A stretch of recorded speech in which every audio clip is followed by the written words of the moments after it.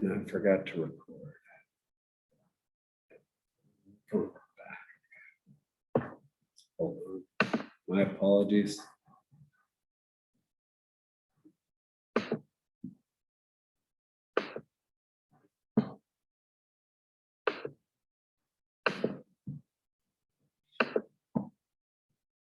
Sorry, my bad. I wanted to make sure. Record. All right. But anyway, good results from what I've heard.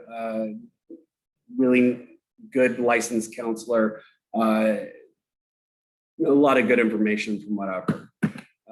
But anyway, you can say app on Google, or I mean on Google Play or in the App Store.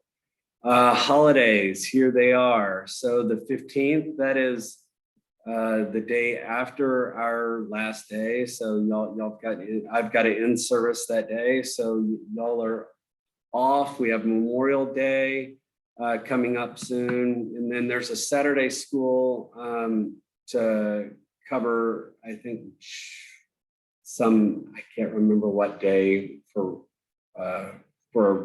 some sort of reason. I can't remember, but oops. Special days, March 3rd through the 9th. You got chocolate custard day. Wow, interesting. I did not know there was a chocolate custard day. Homebrew day, Mayo Day, Cinco de Mayo Day, Lamb Day, Cream Pie Day, Coconut Cream Pie Day, Butterscotch Brownie Day. Wow.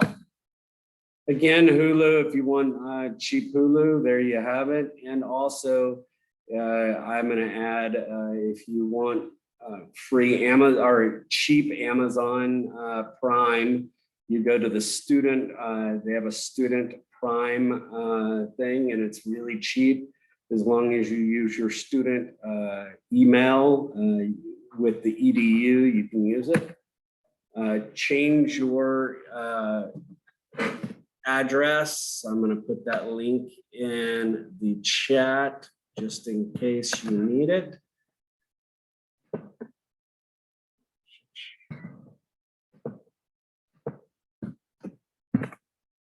There is the email or the link for the chat or for changing your address. Utility assistance, COVID testing, flu vaccine, mental health. Again, if you can call this number, but the Talk Campus is so much better from what I've heard. But again, I don't want to stifle you on who you can call, but that's that. Food assistance and mortgage and rent assistance. You can take a photo of that if you would like. Again, protect yourself 6 feet apart. I think it's now 3 feet apart, but you always want to make sure you sanitize, wear face coverings, don't touch your eyes, all of that. Again, vaccine is another great layer of protection. City of Austin Health Department, pre-register for vaccine, all of that good stuff. Oops. There is disinfectant. I think half a cup of Clorox is maybe just a little too much, but feel free to add. Ann Derrick, I'm going to put her information in the chat just because, again, she is a great asset to have when it comes to your extern or to anything like that. Do you want a charger for your phone? Okay.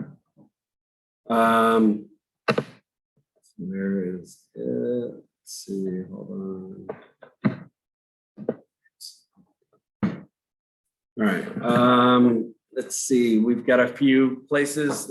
District Kitchen is looking for people. Let's see. A couple other restaurants, sushi place, quote of the week.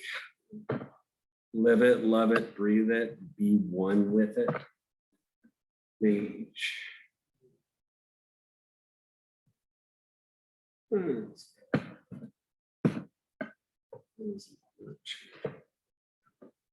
Just for fun, swimsuit season is coming around the corner. All right, so here is the trivia. Which fruit has the lowest amount of sugar per 100 grams? We got watermelon, cherries, grapefruit, strawberries, or blueberries. Let me think about that.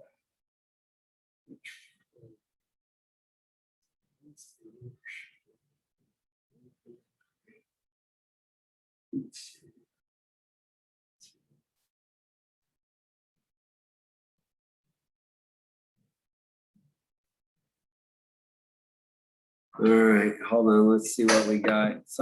We have grapefruit, we have blueberries, and we have grapefruit. Let's see.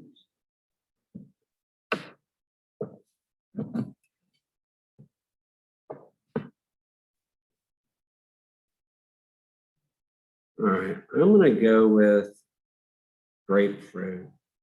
See what it is. Oops. Strawberries, wow.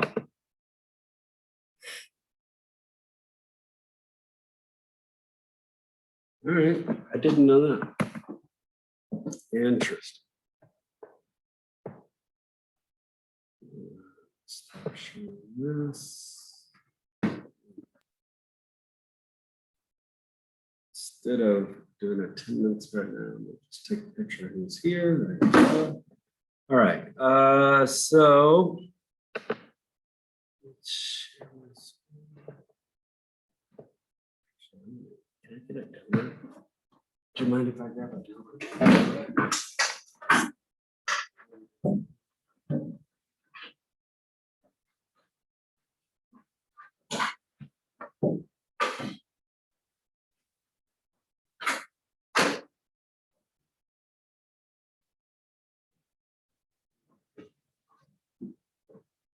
All right, so let's get this party started. It is ruined.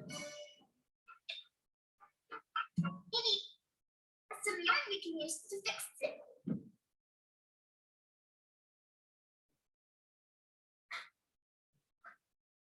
God, I have nothing plugged in. Do you like it? Oh no. What? Upset.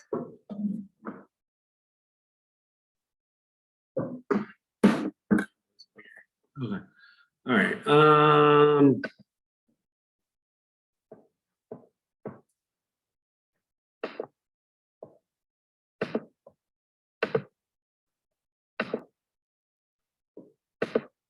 All right, we are in India on tomorrow on Tuesday.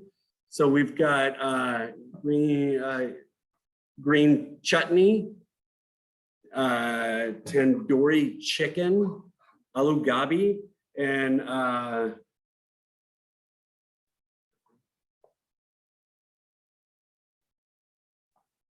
hold on one second. Move that down so I can see. And we have a rice dish that is not coming up. Hold on a second.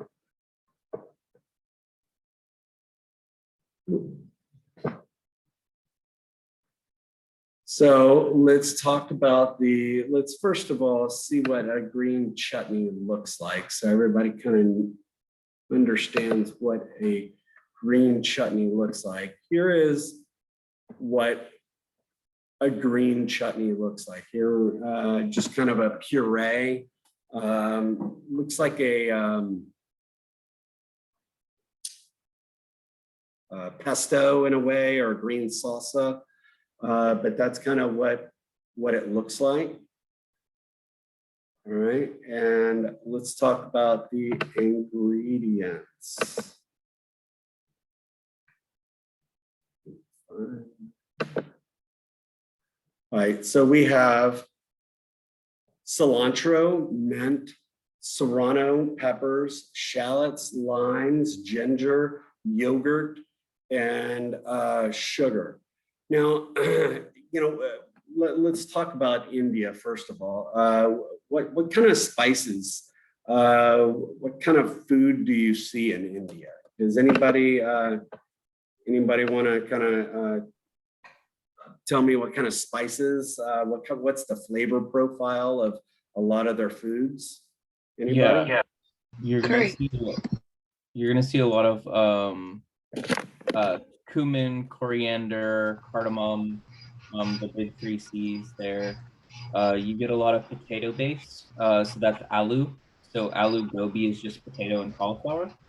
You're gonna get a lot of turmeric as well in their dishes. Lots of onion base, just yellow sweet onions. No beef because of religious reasons for the most part. Things like that. Yes, thank you. And that's something to remember, no beef. So when you're using fats or when you're using stocks or any of that sort of stuff, if you're really going in, working at a really nice Indian food restaurant, you very rarely see using any sort of beef stock or any sort of veal stock. Or what, you need to manage the fats, what you use, as long as it's not a beef-based fat or any of that sort of stuff. So you've got to be very careful with that because, again, it's religious aspect of it. So you need to be true to the form and make sure you manage that. And now, Chef Kara, we were kind of talking about Indian food, and her husband is from India, and they eat a lot of obviously Indian food, and I think we were talking was it Friday? She was in the class or walking by, and and she was talking about how some people think it's Indian food is always spicy. And that is a myth. I mean, it is spicy, but the issue is there's a lot of what quote unquote spices, like Tim was saying, right? You have so many different cardamom seeds and very strong kind of flavors, but not still some spicy, obviously, but there's some that are just very seasoned really strongly. So, those are the things that you're going to be using a lot of spices and a lot of, herbs and spices, especially in Indian food. So let's talk about going back to the green curry. And with all of that being said, all these items are going to be very strong flavors. I mean, you look at just the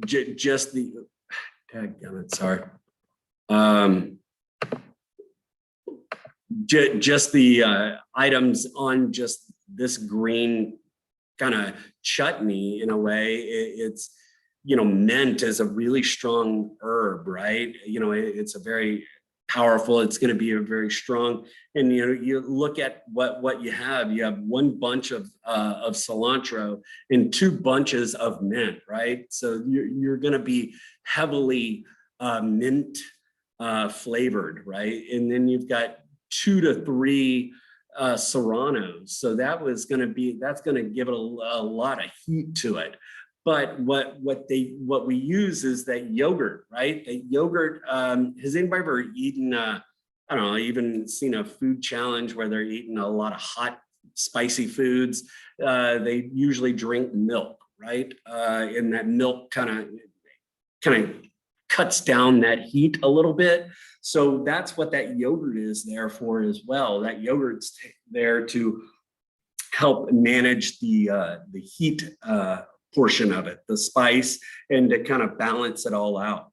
But again, if you don't have like 2 bunches of mint, 1 whole bunch of cilantro, well, you're going to cut it down to, let's say, a half a bunch of cilantro to a 1 bunch of mint. So you can manipulate that recipe. But depending on how hot you want it, I'm going to leave that up to you on if you want 1 serrano or 5 serranos, or however many serranos you want. But again, it's up to you on that portion of the recipe. 1 shallot, the shallots need to be, what I'm going to do is we're going to basically combine it into a blender. So everything can be thrown in. I usually will cut up the shallot into smaller pieces, just so it's easier to puree. So where I'm not having to blend and puree a lot of it, I just kind of chop it up a little bit. And same thing with the serrano, I might cut it in half. The ginger, I will grate. I will kind of grate it a little bit, because I don't want to just throw a chunk in there. I have done it, but the problem is sometimes you just have to puree it for a long period of time. And the blender creates heat, right? And all of that. So we don't want to get it too hot by blending it for too long. So I usually kind of cut it up a little bit, and then grate the ginger. If you don't have fresh ginger powder works just as well. And then I usually, after it's all said and done, then I put in my yogurt and kind of mix it all up. The sugar is there to balance out some of the bitterness when it comes to because mint tends to, have a hint of bitterness a little bit, but you also have the lime juice in there as well to help balance out the flavors. Now, do you see any salt? Excuse me. I don't see any salt, but I would maybe a little pinch of salt really might work very well in this dish. Questions about it? You're going to blend it up. If you don't have a blender, you are just going to just finely chop the crud out of it. You just need to just finely chop everything up. But if you have a food processor, you can throw it in the food processor, any of that sort of stuff. But then you adjust the seasonings. Now, again, this is kind of like salsa, where it sometimes gets better flavor, as it sits for a little bit. But again, the mint eventually will oxidize, right? So, it will start to turn different colors. So please be very careful with it. You want to cover it when you're not using it, or if it's in the fridge, you want to cover it up with plastic wrap. Any questions on this? It's just a nice product. Again, I'll show you and you have different consistencies, right? You have one that's a little chunkier, something like that, and then you have a nice smoother portion. It really kind of depends on how much you blend it up and use. If you use a blender, or if you use a food processor, I would say probably this one right here was food processed, and this one right here was probably in a blender. You can just see the difference on the consistencies. Questions, problems, concerns about that? Nope. All right, let's talk about the tandoori chicken. First of all, let's get images of some tandoori chicken. And I'm going to show you what a tandoori oven looks like as well. Hold on a second.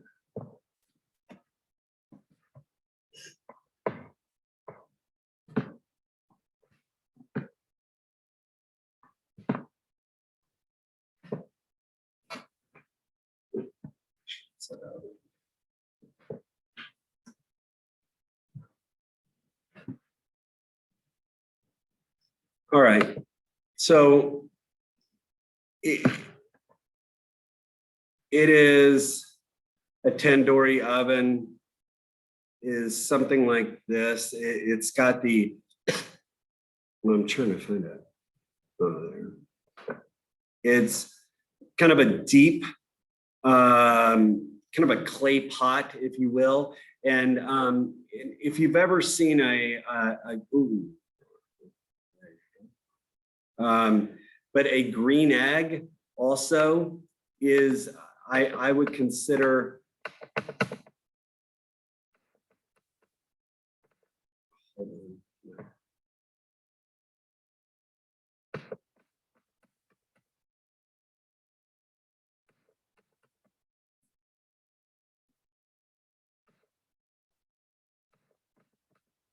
Am I frozen over there? Okay.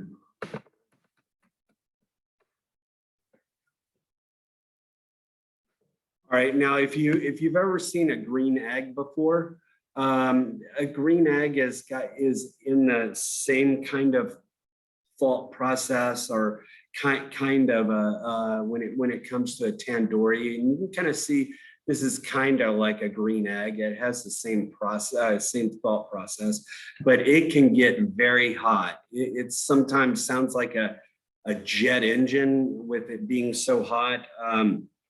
And if do you see how on this picture right here, you have bread kind of, or stuff stuck to the side? That would be naan bread. Naan bread is basically a very sticky bread, but and they would go in, kind of reach in and smack in and put that naan bread right up against onto the tandoori oven, and it cooks just like that on the side, and it gets that kind of charred look to it. But that is what's called naan bread, and that's done in a tandoori oven, just kind of put on the side. And you can see these photos of a tandoori oven and how the heat, you can kind of just kind of stick it on there. So that tells you that a tandoori or the naan bread is pretty sticky. If it sticks to the wall of that oven, right, it's probably a very sticky dough. But you can see also right over here, this picture where my little cursor is showing, it's got that chicken on a skewer. And that's kind of what you typically see for a chicken tandoori recipe. So you have, what we have here is we've got chicken, obviously, you got yogurt, garlic, minced really fine, ginger minced really fine, paprika, ground, is it coriander, ground fennel seed, ground cumin, ground cardamom seed, or from a pod. You kind of break open the pods and you've got the seeds inside of it. You have cayenne, cinnamon, ground clove, and lemon juice. So wow, lots of strong flavors. You have ginger, you have paprika, that's not so strong, but you've got cardamom, you have fennel seed, you have cardamom, cayenne, cinnamon. Those are all very strong spices. So, just, and what I do is I get all of those spices, I put it in a saute pan, and I'm gonna just kind of heat it up so where I can get a little toast to it. The reason why I want to toast it is to pull out some of the oils and natural oils, and that will give more flavor. Once I toast it a little bit, then I'm going to grind it up in a coffee grinder, or in a blender, or whatever else, but it needs to be kind of ground up really nicely.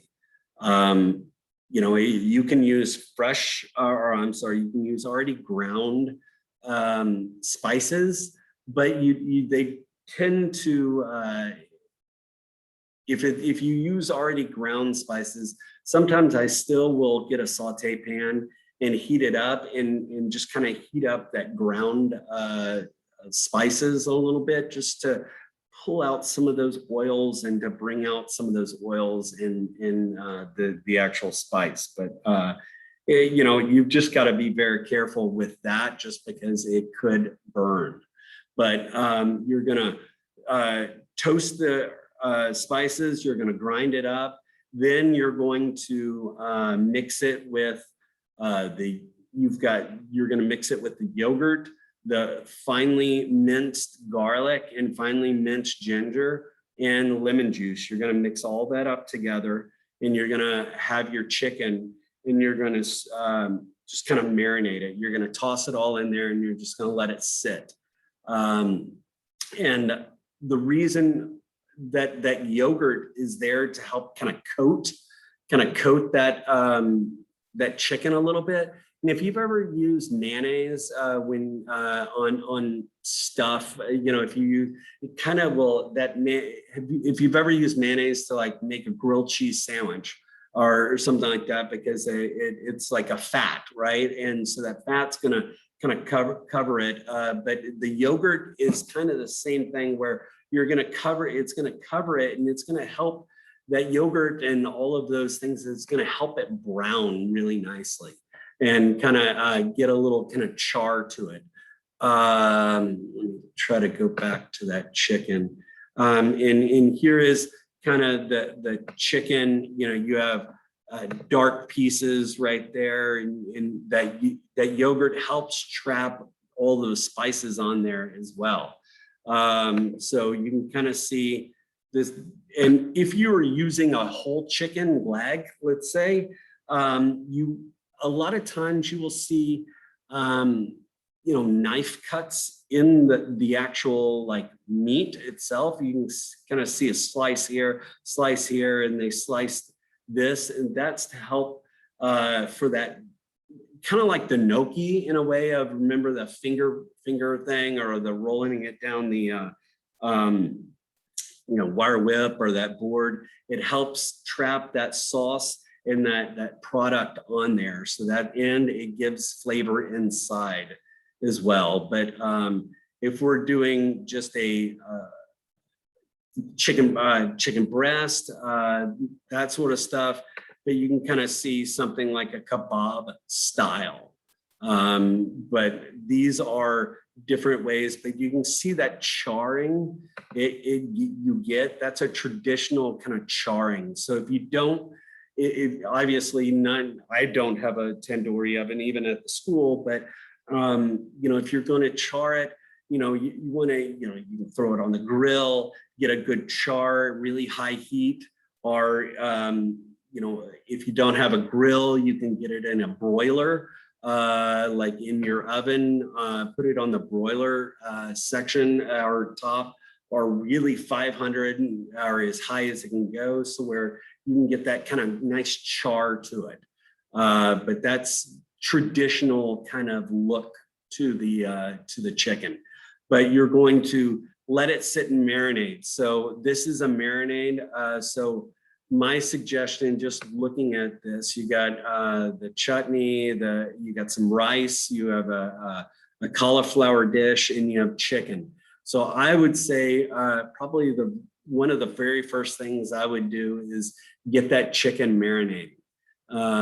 So where it'll just sit for a while. The longer it marinates, the better it's going to taste. So you need I would say equipment you need a mixing bowl, you need maybe a rubber spatula, or a wooden spoon or some sort of spoon to do this. You need a spice grinder or a blender of some sort. And if you don't have that, I would say use already spices that are already ground. You have that, you're going to get a saute pan, you're going to toast your spices. After you toast your spices, then you will grind it up. Then you're gonna get your yogurt, get your ginger, garlic, lemon juice, put it all in, mix it all up, adjust the seasoning. There is no salt on here, I don't think. Again, I like to put, even though, some people say salt pulls out moisture, all of that. But again, salt also adds flavor. And I do like to have a little salt when it comes to my marinade. And then I'm going to just let it sit and marinate. I can put it in a Ziploc or leave it in in a bowl, whatever else, but let it sit and marinate for, I would say, at least 30 minutes. At least 30 minutes. It's got to be, the longer it is, the better it's going to be. But I would say at least 30 minutes for it to marinate before you start cooking. Then when you're ready to cook it, you're going to take it out. We're going to probably skewer it up.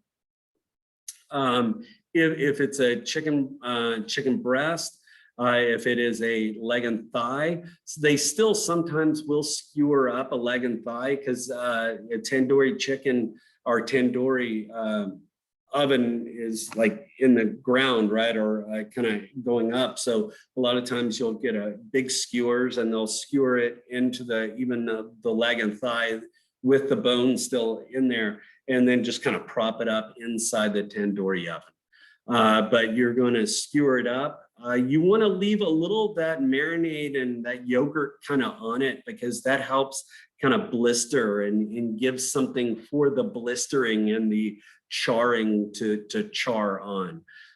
So you kind of want to do that. But the one advice I give you is you need to paste that ginger and that garlic. And that's why I usually microplane the ginger and just to make sure it's really fine, and then paste that garlic, or heck, you can even microplane the garlic. But if it's big chunks and it sits on there, it can burn, and burnt garlic and is just not so nice in the palate feel.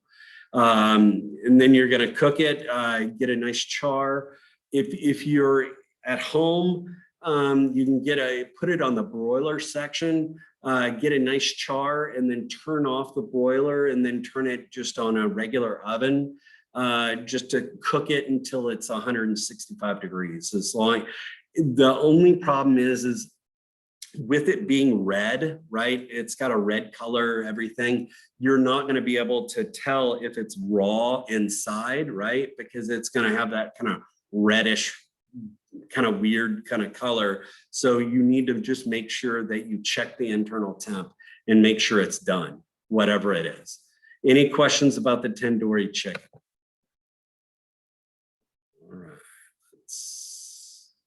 All right, Gabi, let's see, where is that? There we go. This is a potato and cauliflower dish. You can see it right here. It's got nice little yellowish color to it, or orangish, or whatever you want to call it. But that's kind of what it looks like. So with that being said, you kind of have an idea of how you need to cut your cauliflower. In your potatoes, I would, you want the cauliflower to be the main focus. So I would cut my cauliflower just a little bit bigger than my potatoes. So let's go to the recipe.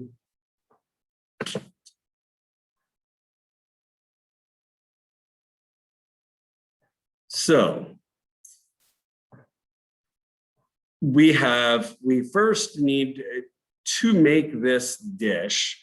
We need this garlic ginger paste. And here it is, garlic, ginger, and olive oil. My suggestion, you need basically the same thing, right? For the chicken, except the chicken just didn't say olive oil, right? So you could do, while you're cutting up or doing the ginger and garlic for your chicken, you can just do the exact same thing for your for this dish as well. But you need that nicely pasted, and nice. You use that oil kind of help paste and help lubricate while you're pasting it up. So that is something you need. You can do it in a mortar and pestle, kind of pasting it up very easily, doing it that way, or chop it up however you see fit. But the ingredients, we have obviously the ginger garlic paste, you have ground cardamom, you have turmeric. Again, please be very careful on the turmeric. If you get turmeric on your clothes, it will stain it. So please be very careful. If you do get it on your clothes, use cold water. Please do not use hot water, because the hot water kind of sets it into your clothes a little bit more. You have a cup of water, or a half a cup of water. You have canola oil. You have serrano peppers, small diced. I usually take the seeds out, but you can leave the seeds in if you need to, or if you want to. Cumin seed, cauliflower, cut into small florets. Russet potatoes. Potatoes. They need to be like medium diced. And then you have some water. You have salt and cilantro, finely chopped. And if you follow this recipe, it comes out pretty darn good. Mix the ginger and garlic paste. Is that coriander, turmeric, and the half cup of water in a small bowl. This is a wet kind of a spice mix. So it's kind of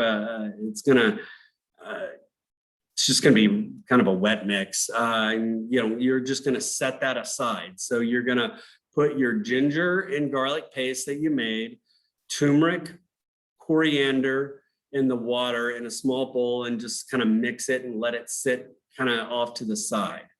In a large pot, you're going to warm the oil over medium heat, and you're going to add the serrano peppers.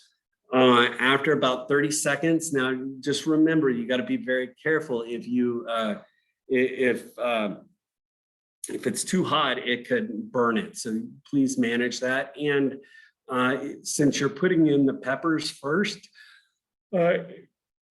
you need to make sure, I would say, make sure you get the seeds out, because the seeds will tend to burn and pop and go everywhere if you're not very careful with that. But after 30 seconds, you're going to add the cumin seed, and then wait until they are done snapping, and you'll hear kind of popping, and you'll kind of hear pop, pop, pop. And there you'll kind of see, maybe even a few of them might pop up. Please be very careful with that, because when it kind of pops or snaps, you do have a little bit of oil in there, right? So with that oil being in there, oil might pop up. So I can't see the camera, but I don't know if you can see my sleeve is rolled down. This helps protect your arms. So if you're doing something, your sleeve, roll your sleeve down, and that'll protect your arm if there's any popping of any oil. And then you're going to add the wet, basically that wet mixture, this spice mixture, right? That ginger, garlic, all the herb, or the ginger, garlic, turmeric, cardamom that you put in there. You're going to mix that in there. Then you're going to kind of cook it until the kind of paste kind of thickens up and the oil runs out of the kind of the mixture, that kind of masa mixture, that kind of a spice mixture. And then you're going to add your potatoes, your cauliflower.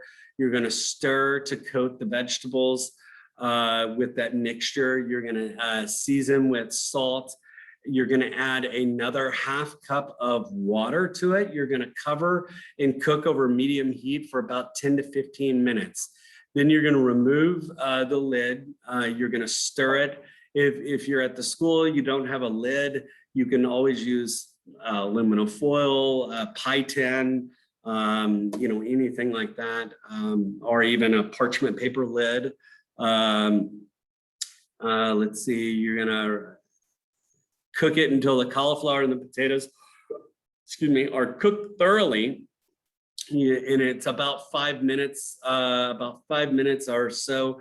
I would say you need to check it and make sure. Don't use this time because depending on how big your potatoes are, how big your, how big that is, and how high of a heat you're doing it, so you just need to adjust the time for whatever you're doing. And you would need to adjust the seasoning to taste, and then garnish with some cilantro and then serve.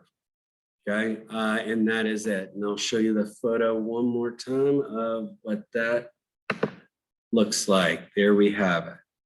All right, so it's there it is. So you got the potatoes, you have the cauliflower, you have the cilantro on there, bada bing, bada boom. That's it. Now, what I want you to see is it's not real wet. I don't want a lot of juice everywhere. If your product is really wet, use a slotted spoon, do something, but don't have a lot of that moisture oozing out everywhere. All right, let's talk about this rice dish. Here we go. Okay, it's got basically peas in it. It's you have rice, rice, peas.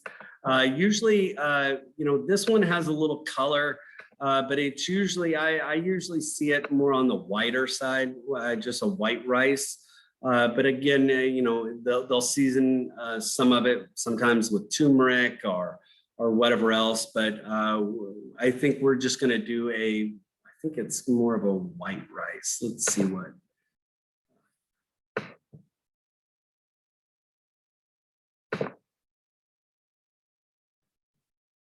All right, so we have ingredients.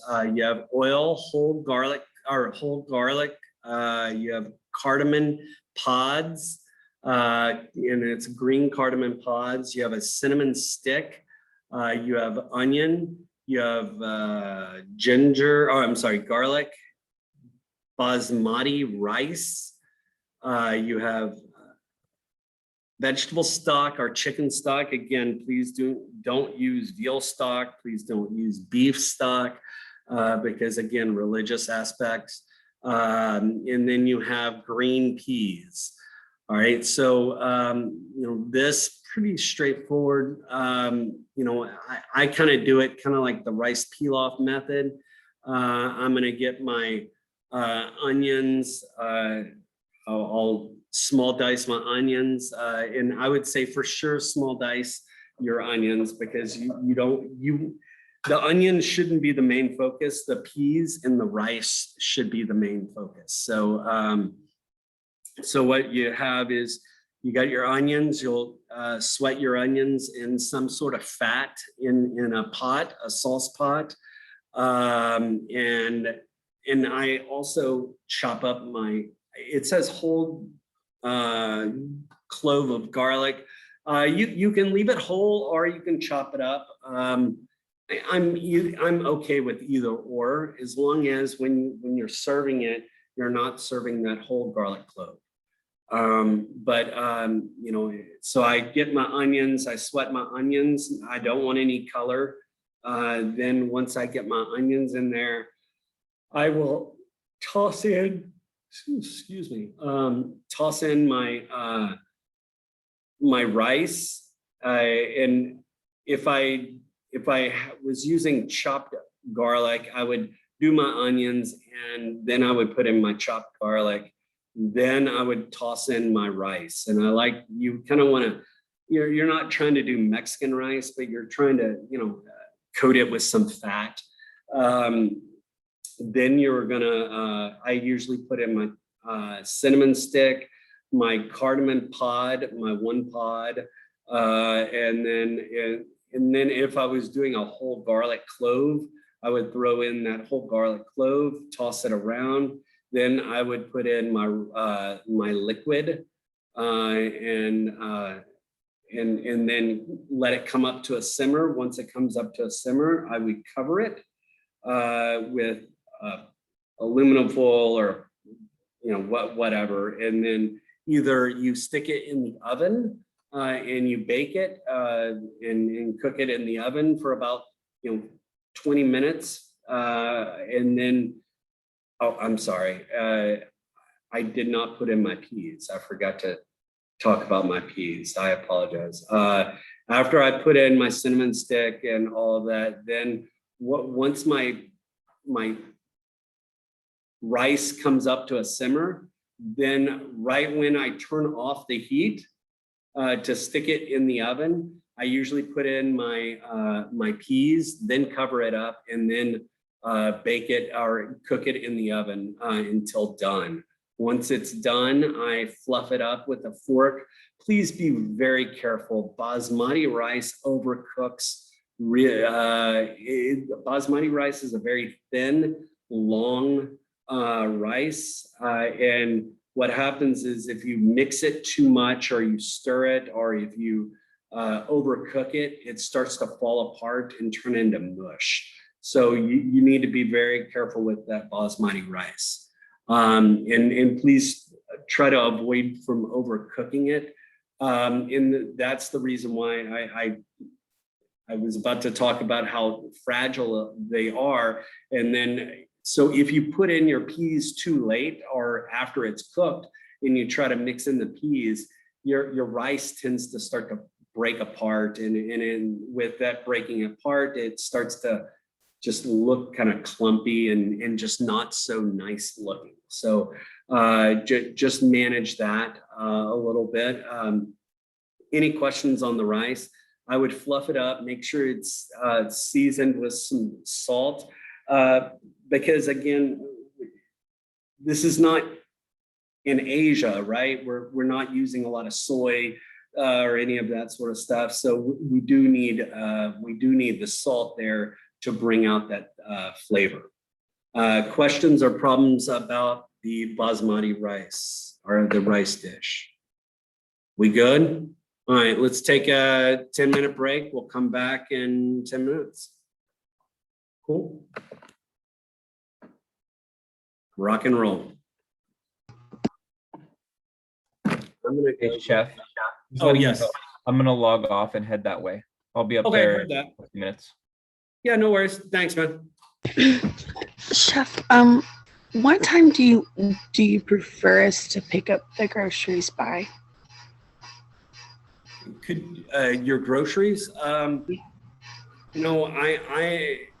can come. I mean, right after I log off, today I've already kind of gotten all your kind of groceries kind of put together, most of them. There's a few things that I was missing that I'm getting, but the problem is I'm going to be, we're filming a commercial today. And it starts at 10 o'clock. So you can come up, but I'm not gonna be there. I'm gonna be kind of dealing with commercial. So I'm gonna have like someone else passing it out today.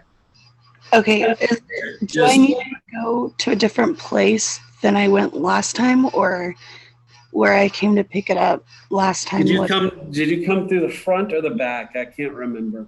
I came through the back. Yeah, then come through the back again. Come to that. Okay, I just wanted to make sure. Yeah, no worries. Hey, do you want a bottle of water or a Monster or some sort of, because I need to have Monsters back there. One of those. And if you want to, this back door is open or the top open, you can walk outside or do whatever. Or, if you want to watch this, in your car, you can, so where you can sit in your comfy car or whatever, feel free to do whatever.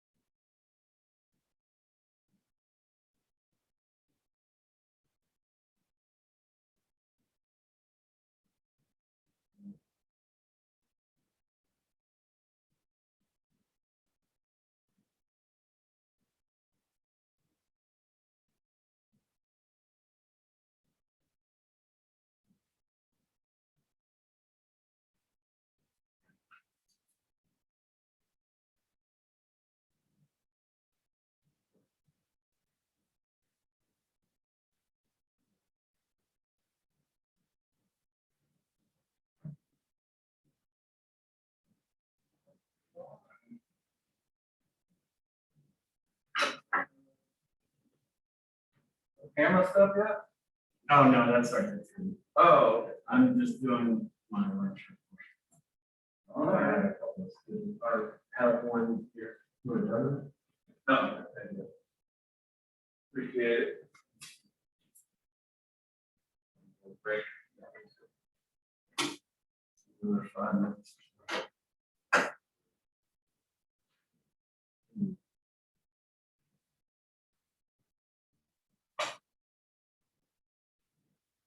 Word.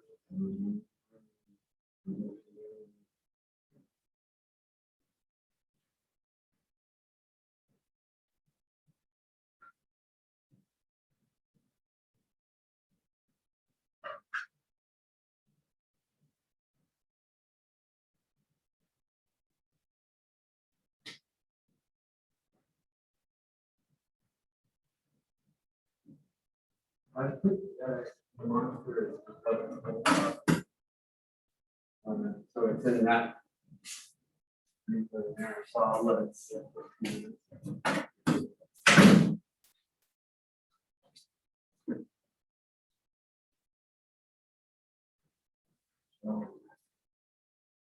I think Tim said he was going to be new.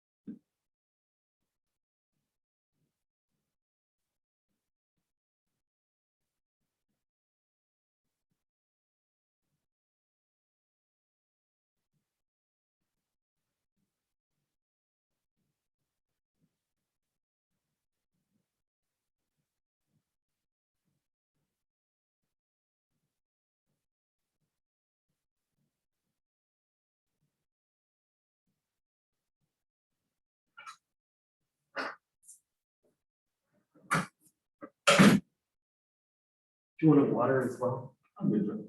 Thank you. I wrapped it with a little paper towel or a towel, so hopefully it'll cool off faster for you.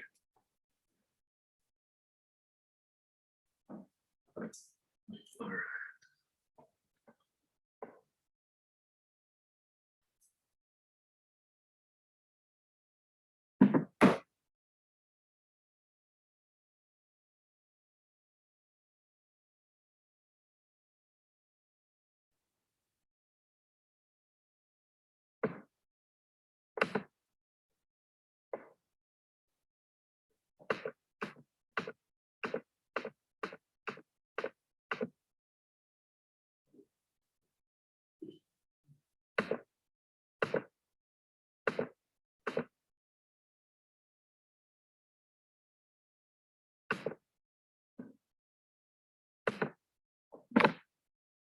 Can't believe it's already almost the end of the block.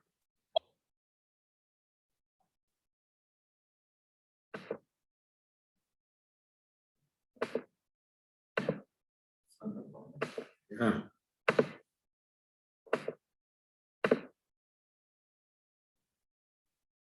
Hold on 1 second, guys. We'll get started in just 1 second.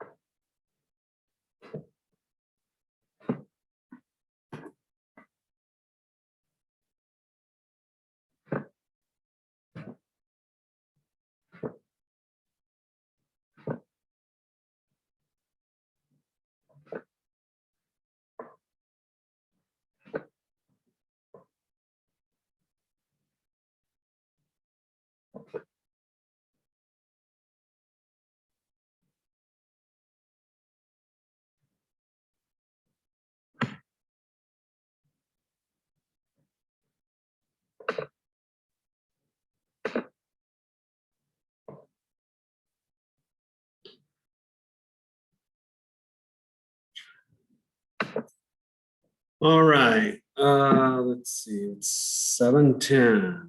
All right. Sharing.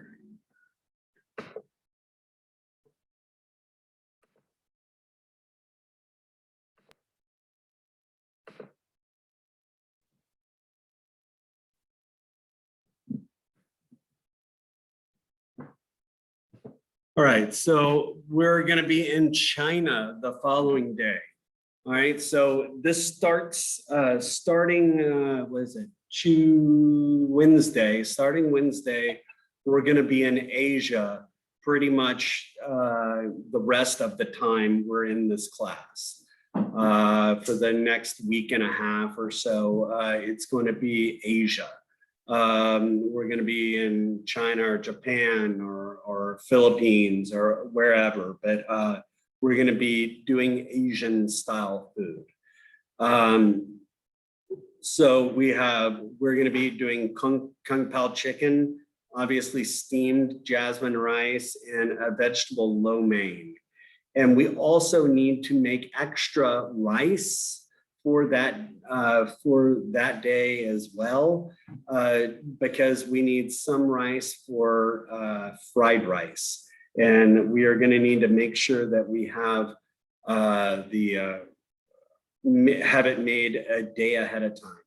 It is so much better. The rice is so much better in really if that rice is day old or even 2 days old for fried rice. So making sure that you make enough rice for the fried rice for the next day. All right. So, let's talk about, Asian style food. First of all, Asian style food is usually kind of a fast cooking method, typically. And I'm not going to pigeonhole it into all the time, but a lot of the time it is a fast cooking method. You usually use woks and a wok, and I don't have maybe on the next break I will go get a wok for us so I can show you what it looks like. But a wok is a very thin metalled device, right? And if you've ever been into a Chinese food restaurant or an Asian style restaurant, if you've ever heard their wok burners or the burners have so much what I call BTUs, or so much gas going in to that burner. It sounds kind of like a jet engine sometimes. It's got kind of a real loud kind of because you need because the wok is so thin metal where you need such a high heat to keep that pan so hot and to stay hot. So that's kind of, it's a lot of quick sauteed items, or you can fry it in a wok or whatever else, like a stir fry, what have you. But it is something that you're going to be using if you're going to be if you're a hybrid, for sure you're going to be using it, because we're going to be I'll show you how to season a wok as well. And seasoning a wok is making sure that things don't stick to it and you kind of clean it. It's almost like seasoning a cast iron pan.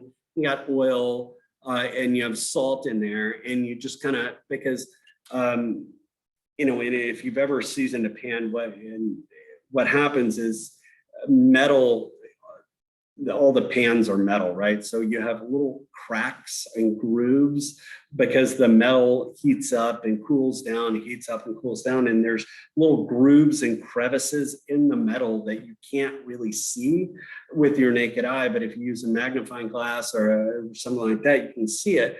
What happens is we use that salt and that oil. When we get that salt and oil and we scrub it into that pan, and we shove that salt inside those grooves So when the product is on there, it doesn't stick. It doesn't kind of stick into those cracks and crevices of the metal. So I'll show you how to season it. You very rarely, I never want to use a metal scrubby or a scrubby.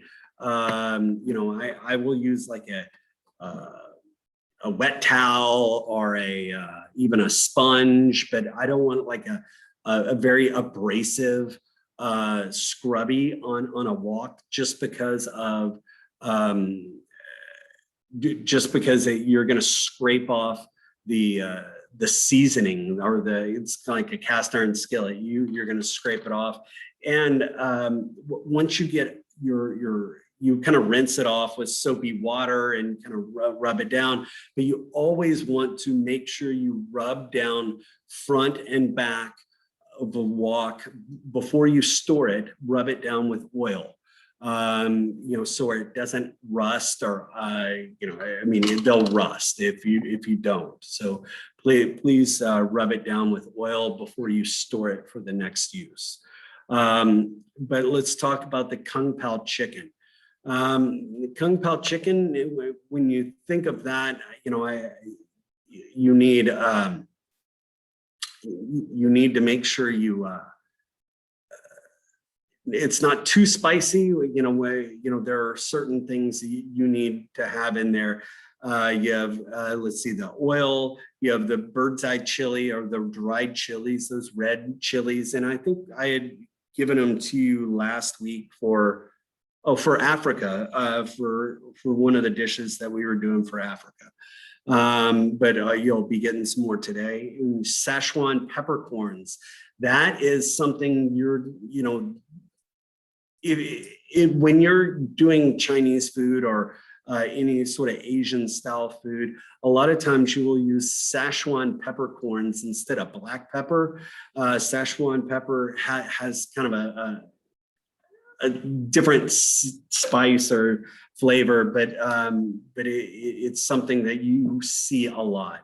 You have chicken, and it says velvetized, and we'll talk about what velvetized means in just a few minutes.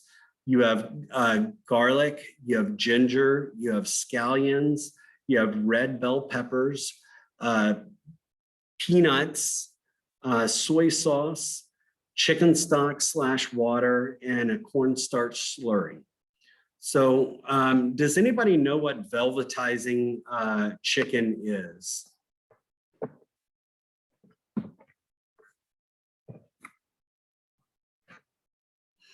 Okay, velvetizing a chicken, and I'm going to just show you. Okay, so the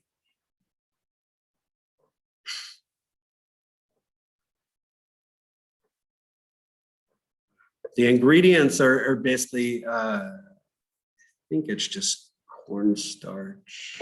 Hold on.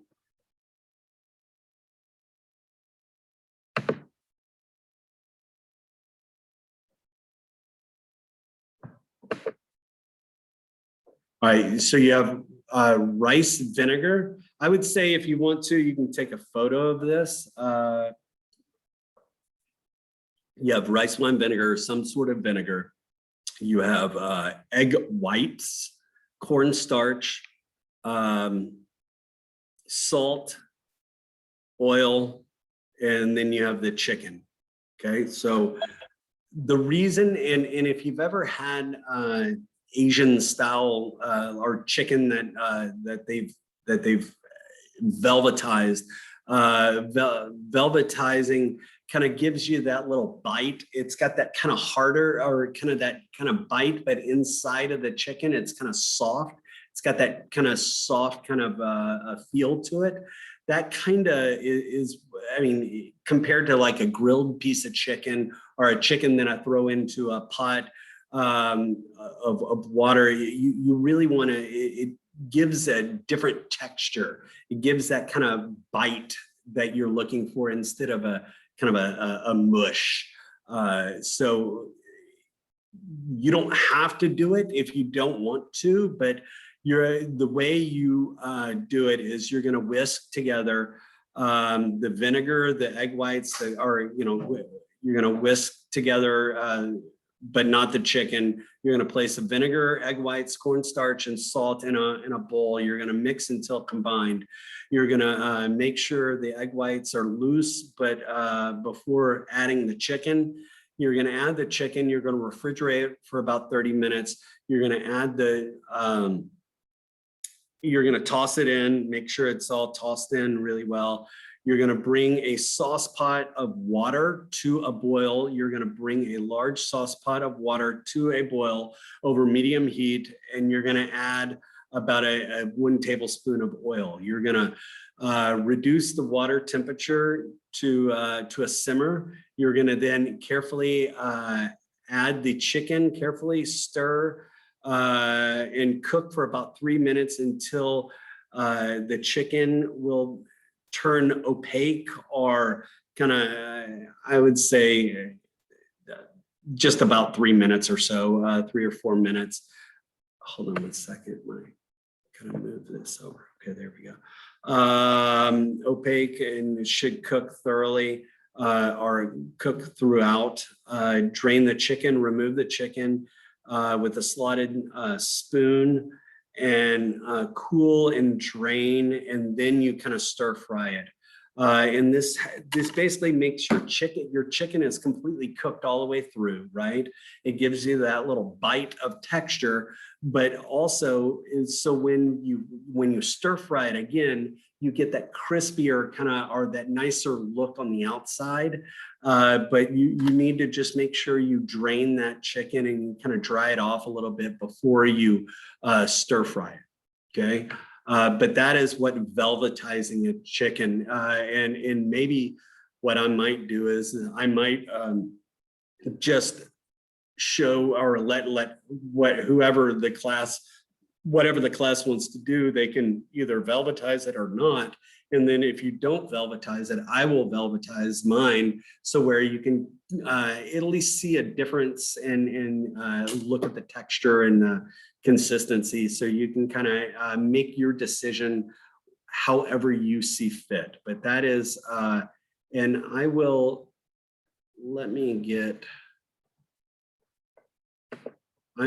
I'll put this link into the chat. And so everybody has this link. There we go.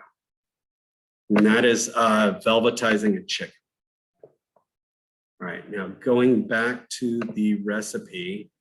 So if you're going to velvetize the chicken, that needs to be done immediately once you first get in there, because after that, everything Asian cookery is almost all the time an a la minute thing. You do it right when you need it. So you're not going to make this and let it sit for a long period of time. You're going to make it and serve it immediately. So and with all that being said, there's a lot of knife cuts typically with Asian cookery. You've got scallions, like the white part of the green onion, you're going to cut into rounds. The green part you're going to cut. What I would like you to do is maybe try to get a hard bias cut on the green part. Please don't do those little, like what I call the rounds of the green, just because that reminds me of an old school potato bar or something like that. It reminds me of like a Golden Corral type of a buffet. You've got the potato bar and they've just got those rounds of green onions just cut. It looks not so sexy looking. So I like a nice hard bias, real thin, longer, looks like diamonds, if you will. But, just make sure you have all, before you do any sort of cooking, except the velvetizing your chicken, you need all your knife cuts done and kind of plated up, ready for you, because you're just going to be It's going to take maybe maybe 5 minutes to cook it all. This dish. So, just make sure you've got everything ready and going from your plates to everything. So let's going back to, you got Szechuan pepper, you have chicken, you have garlic, you need to finely mince, your ginger, you need to finely mince. The scallions, the green part, again, like I said, cut it into hard bias. The white part, you can cut into rounds. The bell peppers, I cut kind of thin julienne style. The peanuts, you're gonna just chop it up. You're gonna toast it, and then you're gonna chop it up. So I usually just kind of throw it on a sheet pan and just toast it for a few minutes. Please be very careful. You don't want to burn it. Just be careful. I would suggest maybe not throwing all your peanuts in on that sheet pan, just in case you do accidentally burn it. You've got some peanuts left. And then you just kind of want to maybe chop it up a little bit. I usually kind of just chop it up just a little bit. And then you got soy sauce, you have chicken stock or water, and then you've got a cornstarch slurry. Okay, cornstarch slurry. When you're dealing with cornstarch slurries, I would say you want the consistency of that slurry to be like heavy cream. So where when you pour it, it looks like you're pouring heavy cream. So that tells you that you want to just slowly add water to your cornstarch slurry, but you don't want it too liquidy. You want it like heavy cream. And then if you make your cornstarch slurry way ahead of time, that cornstarch is heavy. After it kind of sits a while, it'll kind of hang to the bottom. So you need to stir it back up before you use it, because that cornstarch goes down, and then all you're really pouring in is the water, not the cornstarch, because the cornstarch is stuck to the bottom. So always kind of mix it up before you stir it in there. But when in doubt, put just a little bit of cornstarch slurry in there, and then just slowly add it, whatever you need, because if you put too much, you don't want it to seize up and look like a jello or a gelatin kind of a look or whatnot. So you just want that sauce to be just tight enough to kind of gather up, and so where it's not all watery. So what I usually do is I've got my wok, get a little oil in my wok, and I put in my dried peppers into that oil. And that tells me when and I'm getting some flavor in that in that oil, right? I'm getting some of that dried pepper, those bird's eye chili, or those Asian peppers in there, and they're dried, and they kind of puff up, and they're going to fry a little bit, but then I take it out because I don't want to burn them. So I kind of get a little flavor to it and then take it out. And so I have basically a pepper oil now, right? So once I have that, then I'm going to put in my chicken.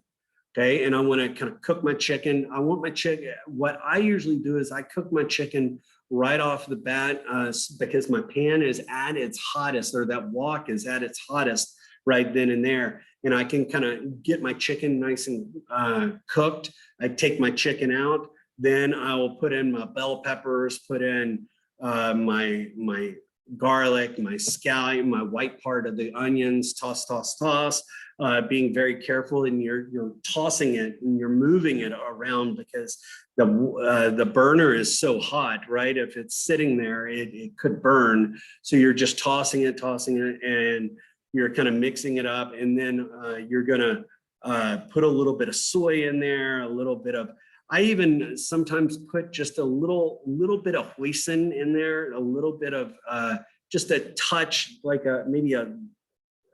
just a very small spoonful of hoisin in there. If you want to put a little hoisin, I know you'll be getting a little bit, so you can add a little bit in there to give it a little more body to it, because hoisin's a little thicker than soy sauce and it kind of sticks to it a little bit. So you're tossing everything. I throw my chicken back in, and then and if I need a little thickness, I'll pour just a touch of that slurry in there, toss it around, and then I throw in my peanuts, and then I will bowl it up. Then I will put in I'll put my rice in my bowl first. Then, and we haven't talked about the rice, but I put the rice in my bowl. Then I'll put my Kung Pao chicken on top, and with my nice green, nice hard bias green onions on top of that for garnish. Any questions on the Kung Pao chicken? And I usually put in the 2 bird's eye, or I put the chilies back in as a garnish, but you don't have to if you don't want to. Any questions on that? All right, let's move on. Let's see, we've got the steamed rice. Again, I'm not gonna, I mean, I don't think I need to show you the recipe, but you know, it is, well, here, let's look at it. I think it just says rice and water, yeah. All right, so you're just gonna basically make steamed rice. So if you're at home, you do a rice cooker. You know, here, if you're doing it here, you're gonna do it in a pot. You really don't put any salt. You don't do anything, because this Asian food, you do have a lot of soy sauce, and that adds a lot of salty factor as well. So, but just make sure once it's done, you fluff it up. And that's that. Any questions on the rice? Pretty straightforward, pretty easy. The vegetable lo mein. Did I get a picture? All right, here is the vegetable lo mein. So, I mean, it's a pretty straightforward dish. You got lo mein noodles, you got the vegetables in there. So with that being said, let's cut the vegetable lo mein. All right, so you've got the noodles. The noodles, we are doing fresh lo mein noodles, or we have gotten fresh lo mein noodles. So what you're going to need to do is the lo mein noodles are they're already pre-made. They're raw, so they're not dried. They are like a softer kind of a noodle. You're going to get a pot of water. You're going to let it come up to a boil, and it needs to be salted. And you're going to cook those noodles in salted boiling water until done. How do you know it's done? You take one, you bite it, and you see. Also, you can take one, you can bite one open, and you can kind of look in the middle of that noodle, and you want to make sure there's no white or rawness on the inside. However you see fit on doing it. Yeah, come on in. You know, however you see fit on doing it. You know, you can do it as long as, you know, just make sure those noodles are cooked, and however you can figure that out, and that's totally fine. But you're gonna then, I usually shock it in water, and then I will just toss it with a little bit of oil. And the oil that I usually use is I use just a touch of canola oil and a little bit of sesame oil to give it a little bit of flavor. So any questions on cooking the noodles? Okay, now doing the stir fry kind of a deal. The ingredients, you have the garlic, you have ginger. Obviously, guys, what I would say is the first of the morning, I would chop up a buttload of garlic and a buttload of ginger and just have it staged up ready for you. All the cooking is not going to happen until all your prep is done. Basically, it is very heavy-ended at the very beginning of a lot of prep. You're going to have to prep up everything.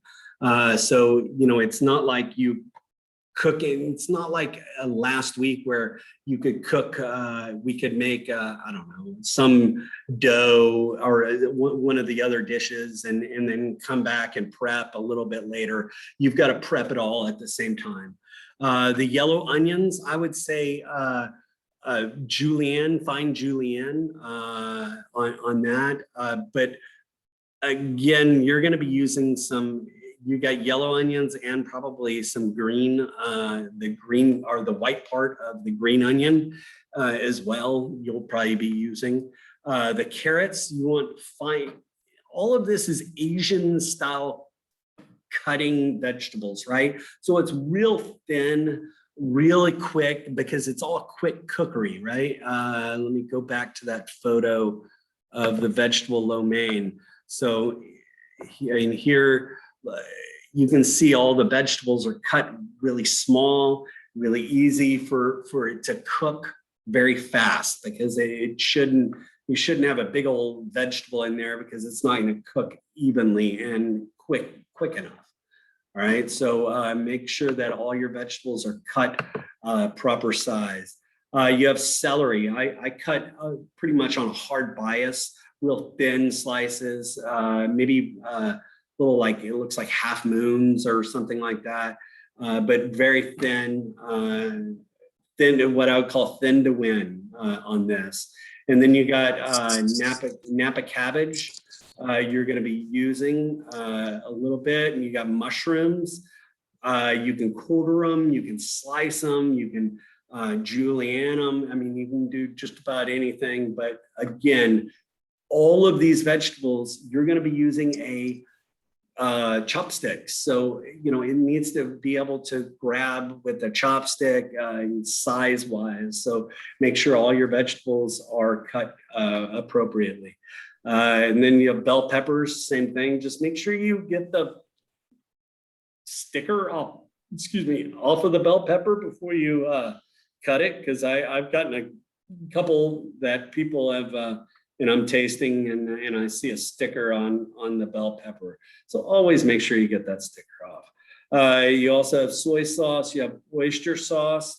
If you are allergic to any sort of anything that like shellfish, please let me know. Please do not use oyster sauce. And then you've got black pepper. I also use a little Szechuan pepper in this dish as well. And then you've got hoisin. So pretty straightforward on this. You're gonna get your wok, get it nice and hot, get some oil in there, and then what I usually do is throw in my onions, then throw in my carrots, throw in my celery, put in my mushrooms, put in all my vegetables, really high heat, bam, bam, bam, not too much fat because I don't want it too greasy, right? But I do need a little fat and tossing it in there, moving that wok because you're trying to keep it from burning, right? Because it's a really high temp. Then I usually will get a little soy sauce, pour it in there. I'll pour in a little bit of oyster sauce. I'll pour in a little bit of, and just kind of mixing it and adjusting it as needed. But it's pretty straightforward when it comes to that. Then right at the very end, I'll throw in my noodles, toss it around, toss, and then plate it up. And just make sure that when you plate it up, you've got your noodles, but you also want your vegetables on top. You don't want just all the noodles with no vegetables on top, because this is called a vegetable lo mein, right? So you need to have that vegetable portion of it in there. But any questions? Any questions? Yeah, what's up? I'm here. Where do I go? Oh, Sorry. yeah, hold on. Yeah, do you mind? Are you in the front door or the back door? I'm the back door where we usually come into class.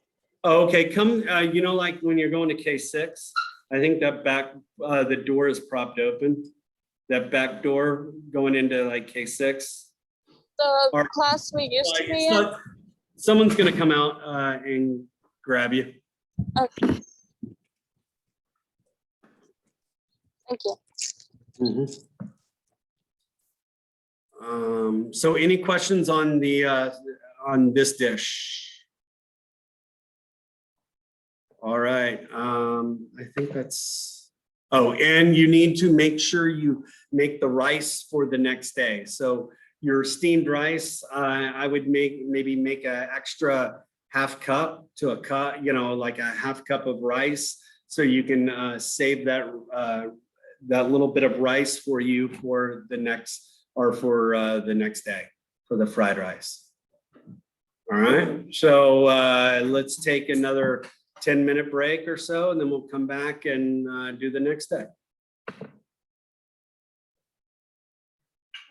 Okay, good morning.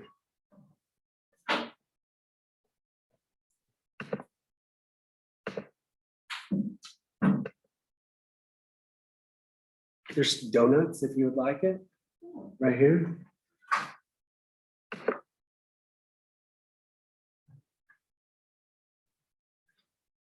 And I'm okay if you want to take your mask off, I'm okay with that. If you don't feel comfortable, I'm okay putting on my mask as well.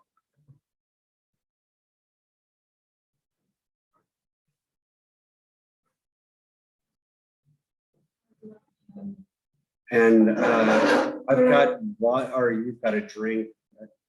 If you want, I've got like a Monster. If you would like a Monster or whatever else. Sorry, the other one. Yeah. All right. Did you get it? Is it cool enough? Yeah. Oh, yeah. Yeah, that's, yeah, usually paper towel or a towel, and I'll wrap it, and that'll help cool it faster. Yeah, about to eat it.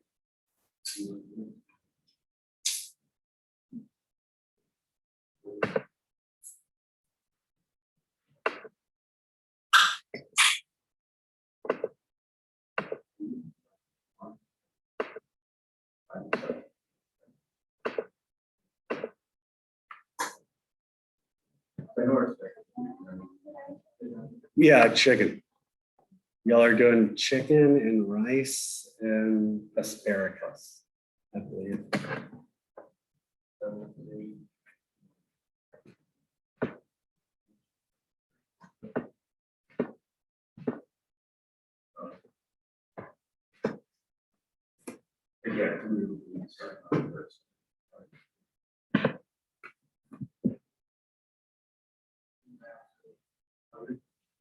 Yeah.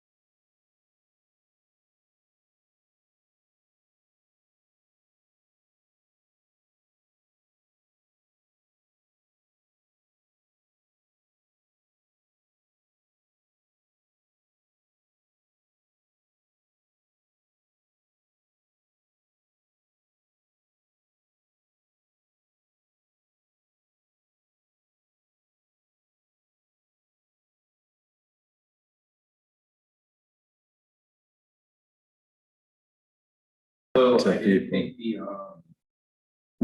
the Alicia Watt, Alicia Watt. Oh, yeah, yeah. And I did the keys and everything. Uh-huh. Taking it, I was really good at everyone. Good. I threw ground beef.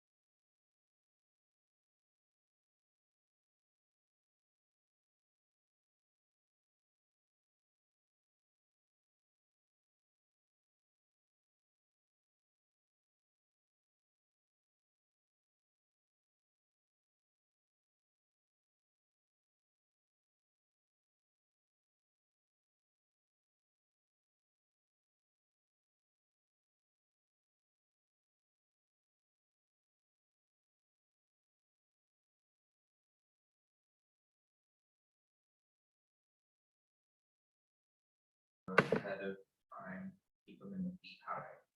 Order them for service and then fill them. Oh, you can't make them on the fly. Yeah. No, what I'm thinking like, if we were to That would probably end up being on Friday. Right. Well, not if they're at the doctor's. I mean, it's fry prep in the morning when the fryer's not being used for fish and chickens. But I guess like, okay, so somebody orders a churro. Am I pulling I'd say your pre-made churro to then pipe, or am I pulling a fully piped churro?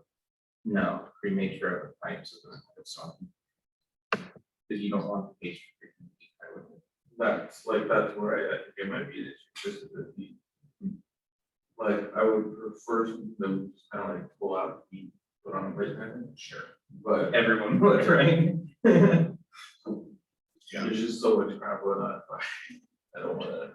I know, but it would be and I know fry because it's on that side of the line handles pastry a lot, but like. One more pastry. And whatever we end up doing, I've kind of been given a hint that it's gonna replace the toilet. Yeah, they're trying to get rid of. I mean, a toilet cost us absolutely nothing. It just doesn't sell. Yeah. Because no one knows what it is, even though it's super delicious. So. And this whole conversation is going through just my great out. It's okay. Oh, Is it? yeah, that's good. I just hear my echo. Sorry. All right. It's okay. Oh, well. Yeah. All right, so we're gonna do start Chinese day number 2. So we've got so day 24, we have spring rolls, and we're gonna talk about that. There's a couple of different style of spring rolls. You have one that's more of a rice paper spring roll, and you have also another spring roll that is actually like a kind of like an egg roll. So there's 2 different ways and different spring roll types. So we'll talk about that. And then you have a fried rice, and then we have a chicken satay with a peanut sauce or a peanut butter sauce. And it's going to be spicy with a little peanut butter in there and all of that. But the one thing I want you to know is this fried rice right here is part of your final exam. This is one of your final exam dishes, and I'm going to go to day week 6 finals. If you look, and I'm sharing it right now. So for your final exam, it's going to be spring rolls. You're going to be doing exactly what you're doing on day 24. So it's spring rolls. And then you've got red curry chicken. We'll talk about that, but that's later on. And then you have, your fried rice. So day 24, you are getting 2 of the 3 items that you're going to have to cook for your final exam. So on that day, you need to really just kind of pay attention and listen to my critiques on people's foods, because that will also help you with you the next time when you hear other people's critiques or whatnot, that might help with you to do a little bit better next time. Because I always think learning from other people's mistakes and successes are the best. So going back to day 24, let's see, here we go. So you got spring rolls and the sweet chili sauce that's already pre-made for you. It's gonna, the people that are picking up food, it's gonna be in a little container. It's just basically an Asian style sweet chili sauce, and I will show you the bottle once I get it. But anyway, so that is that.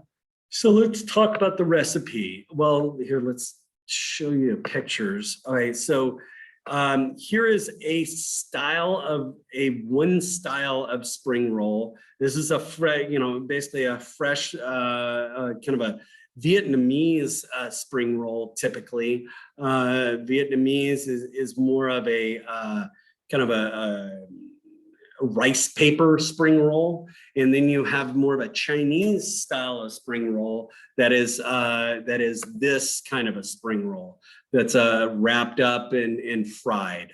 We are doing the fried spring roll. We're not doing the Vietnamese or style that is not, that everything is cooked and then you just kind of put it in a rice wrapper and wrap it up. So we are doing the fried one. So here we go. We have, the wrappers, obviously, the wrappers right here. You have garlic, ginger, onions, carrots, celery, mushrooms, bell peppers, bean sprouts, soy sauce, oyster sauce, black pepper. The egg is there. You want to beat it up, one egg beaten up with a little touch of water, because that helps act as a glue for when we're rolling up our spring rolls. And then you have your chili sauce that's already pre-made.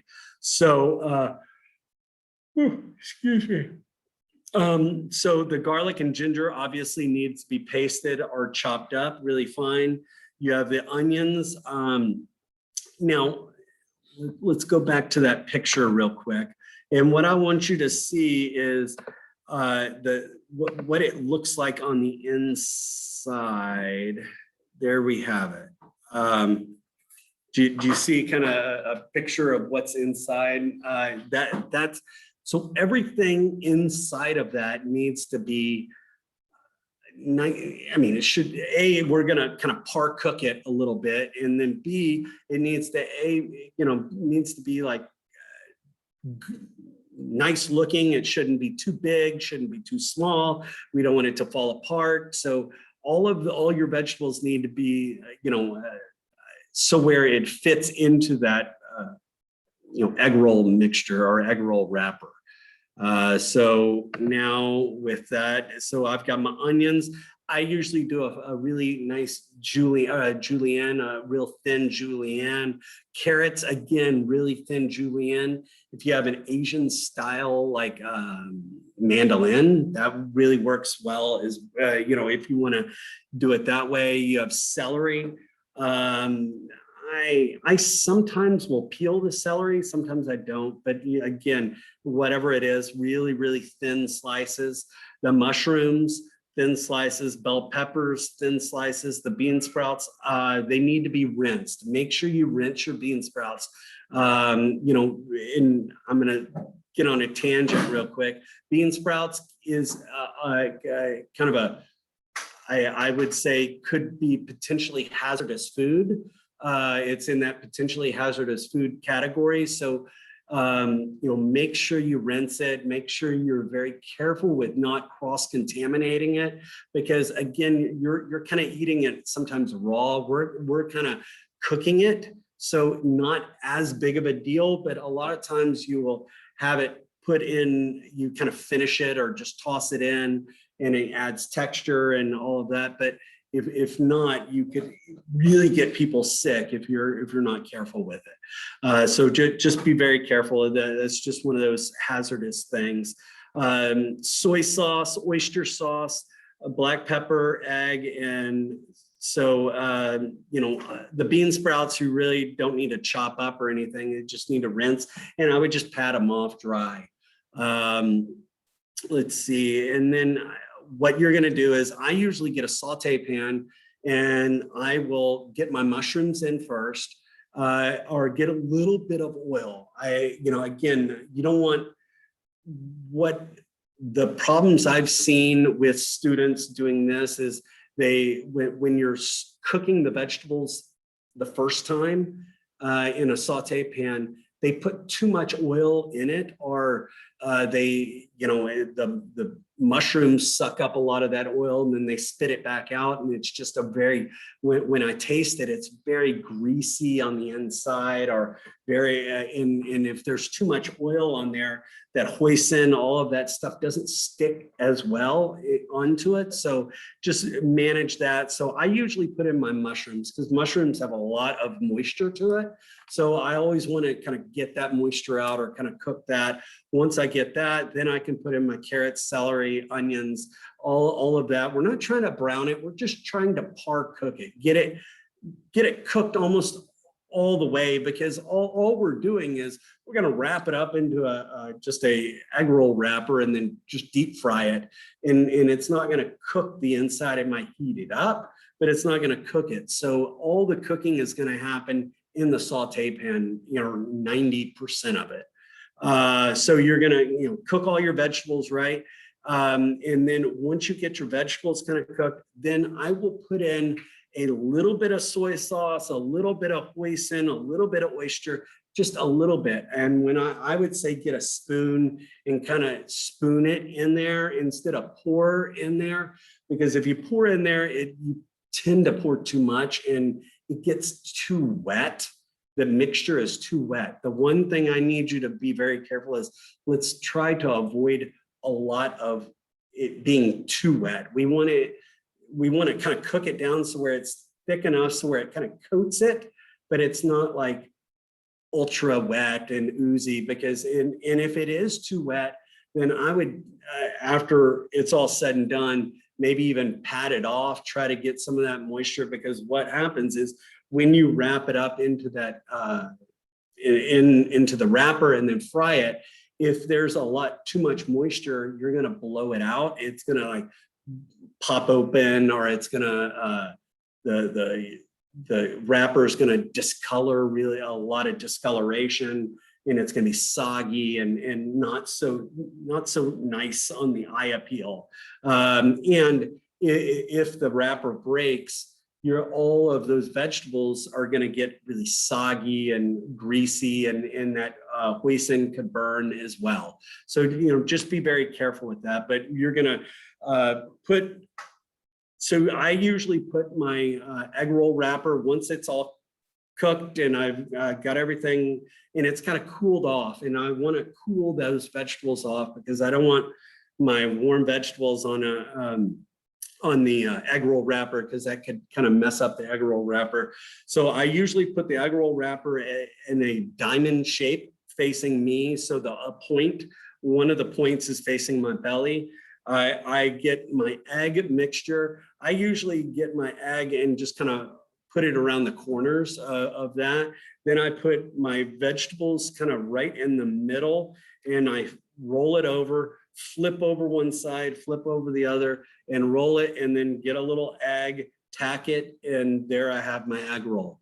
A lot of times I will make my egg rolls a little bit early, stick it in the freezer for a few minutes, because the freezer will help kind of, obviously it'll kind of make it solid and it doesn't open it up as much, it doesn't pop open as much, but also it will kind of make it so where your egg roll stays kind of round and nice shape as well, and prevents any sort of unrolling or unwrapping when it goes into the fryer. So then I will put it in the deep fryer, or you can pan fry it. I'm okay with either or.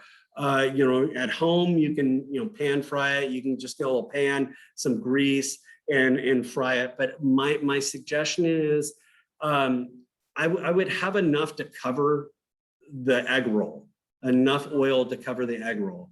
I don't want it so where you have the egg rolls halfway covered with oil, because it might cook unevenly, and it's going to leave kind of a white little mark around it, kind of like a donut in a way. Sometimes you have that little white ring around the edge, but that is it. Once you fry it, it doesn't matter. You can have the basket in the fryer or basket out of the fryer and then fry it. It's not going to stick to your basket. And then once it's done fried, you take it out and immediately serve it. So my suggestion is, you're fried, all your dishes should be done, and then you should be taking out your egg rolls right out of the fryer, and then you can serve it. But it should be nice and warm. For your final exam, you're going to have to do 2 egg rolls. I want, especially if you're online, I want one egg roll whole so I can see it for your final exam. And then one I want cut on a bias so I can see the inside of it. So if you're online, that's what I'm gonna need to see even tomorrow or even the day that we do this. I want to see the inside of your egg roll and I want to see the outside. So you need to at least make 2 egg rolls for us, for me, for that dish, so I can see the picture. Any questions on that? All right. So now we have our fried rice. Let's go show you a picture of a fried rice. Ooh, there we go. So we have different kind of styles, but we're going to be doing something similar to this. We're going to have an Asian style or Chinese sausage. And the Chinese sausage, you know, and it's got a, what do you call it? Like a sleeve or the casing. You need to remove the casing because that casing is pretty thick and it tends to burn and it's very chewy. So you want to remove it from the casing, and I'll show you how to do that. But you're going to cut it into, you know, I would say half moons or little small rounds. Everything should fit, you know, be able to use a fork or chopsticks. Remember that, you know, you want to make sure it's easy to eat. You know, your vegetables, nice color, nice cut, nice knife work. That's what I'm looking for, is knife work on this, especially for your final exam tomorrow or whenever we do it. This time, I'm not going to be as upset or irritated if the knife work is not as good, but I will get, you know, I'm going to expect perfection when it comes to your final exam, right? So make sure you get nice knife cuts and it doesn't look janky, because you know, this is something you're bringing close up to your mouth and you're using a, you know, chopsticks, so you'll be able to visually see it a lot more. So you have shrimp. You need to peel it, devein it. Okay. Now I'm going to leave it up to you if you want to take the tail off. If you want to take the tail off, or if you want to leave the tail on. Now, like for this one, they have the tail off. For I think this one right here, they had tail on. You know, it really depends. It depends on what you want to do for your customers. You know, because again, that tail is, I mean, some people will eat it, but 90% of people do not eat the tail. So it's up to you, want to take it off or leave it on. It's either way, but as long as you need to devein it. We do not want the vein, and we do not the top vein. I don't care about the bottom vein, but it's the main, what I call the poop chute, or the big vein no one wants. And make sure that you save the shells, because we will use the shell. We'll make like a shrimp stock out of it, but save your shells. So we have for this, we have shrimp. We have Chinese sausage. We have the pork. You can omit, because we are not using that pork. It's just going to be the sausage and the shrimp. We used to do a pork dish that we would save some of that pork for this, but we do not do that pork dish anymore. Then you have eggs. The egg is there for the scrambled egg kind of a dish. You have the rice, you have peas, you have carrots, you have onions, garlic, soy sauce. So the carrots I would maybe dice, maybe medium dice, small dice, somewhere in there. In that, my suggestion, make it about the same size as the peas, because the peas is the only thing you can't change the size of, right? So everything should kind of go with the peas if you're gonna do that. So the peas, the sausage and the shrimp, you know, and all that. So what you're gonna do is you're gonna have everything kind of cut up, ready. Your rice is gonna be sitting there because you have to make it the day before, right? So it's gotta be cold. And the reason why cold rice is best, or day-old rice is best, or even a couple of day-old rice, is because the starch has, you know, when it's warm, the starch is soft and it's softer. And this, we want the starch to be harder, and so where it will kind of brown and crisp up instead of kind of stick. Because if you have wet rice or a new rice or rice that you just made, the starches are kind of soft and wet, and it tends to stick. And once you remove that rice, or if you move that rice over, that it kind of rips that kind of outer portion of the rice off, and it just gets gummy and nasty and not so appealing.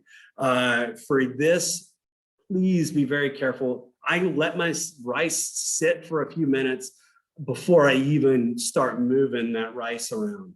Once I put my rice into that pot or into that wok, and a lot of times I don't use a wok on this. And the reason is, I mean, if you've ever been to the mall before and you've seen like the Chinese food place, you know, in the mall, they use a flat skillet or I'm sorry, like a griddle, a flat, like a griddle for like pancakes or whatever else.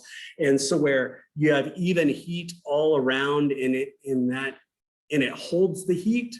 Because if you have a wok and you don't have a good wok burners, once I put the rice in there, because it's usually cold rice, it cools down my product so much to where it takes a while for it to heat back up. People start moving it around, and it just gets, and plus you don't have as much surface area for the rice to cover, right? You know, if I have a saute pan or a flat griddle top, I have a lot more surface area, so I'm going to get a lot more browning and crisper on my rice. So, I'm okay with any way you however you fry it, but it just needs to be kind of crispy and all of that. So, in a pan, in a pot, in a wok, on a griddle, whatever, you're going to get a little bit of oil.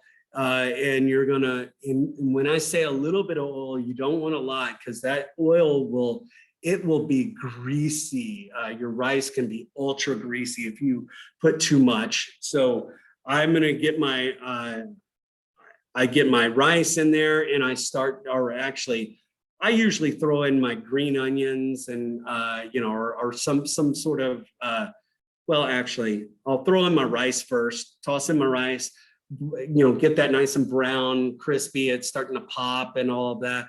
Then I'll throw in my peas, my carrots, my onions, my garlic, kind of cook all of that, bam, bam, bam.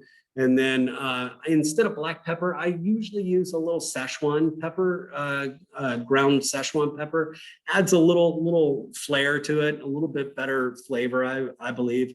And then I've got my shrimp and my Chinese sausage in there. Just the shrimp, you just need to be very careful. You do not want to overcook that shrimp. You don't want it to be too dry and rubbery. Exactly. So I would put that in right when you need it, and just kind of cook it up. But I sometimes will cook my rice, dump my rice out, put it off to the side. Then I cook my other stuff or whatever else. What I would probably do, and just now kind of thinking about it, I would probably get a pan, get my Chinese sausage in there, cook my Chinese sausage, take it out. Then I get a little bit of the natural oils from the Chinese sausage that came out. And I could use that to help cook my vegetables. I cook my vegetables in there, take my vegetables out, put it off to the side. Then I can cook my rice, and then kind of put everything back in and combine it, and then adjust it with a little bit of soy sauce. You want a little soy sauce. I've seen people put a little teriyaki sauce in there to add just this little sweetness, because teriyaki, it's got a little sweet factor, but I'm okay with just a little soy, bam, bam, bam, done.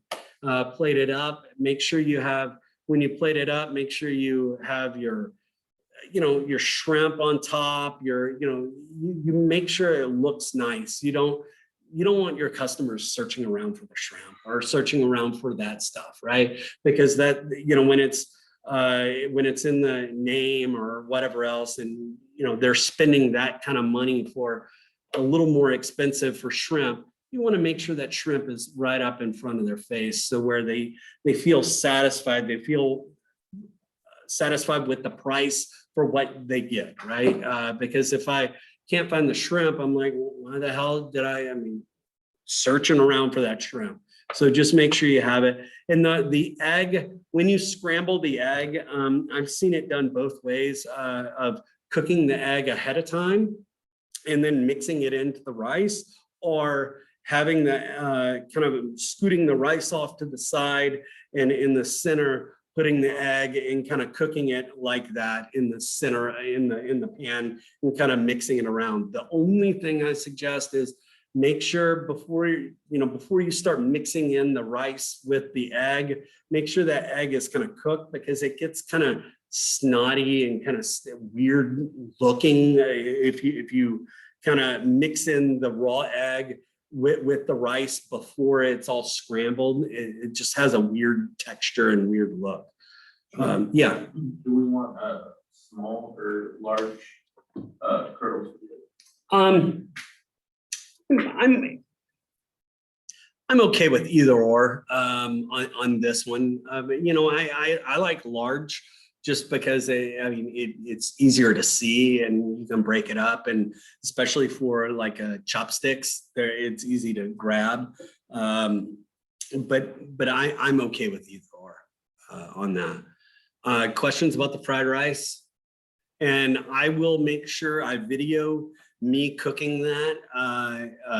I'll make sure I get a good video. If I don't get a good video, I will remake it to get a good video, because that on both of these dishes, the egg roll and the fried rice, since those two are final cooking practical dishes. All right.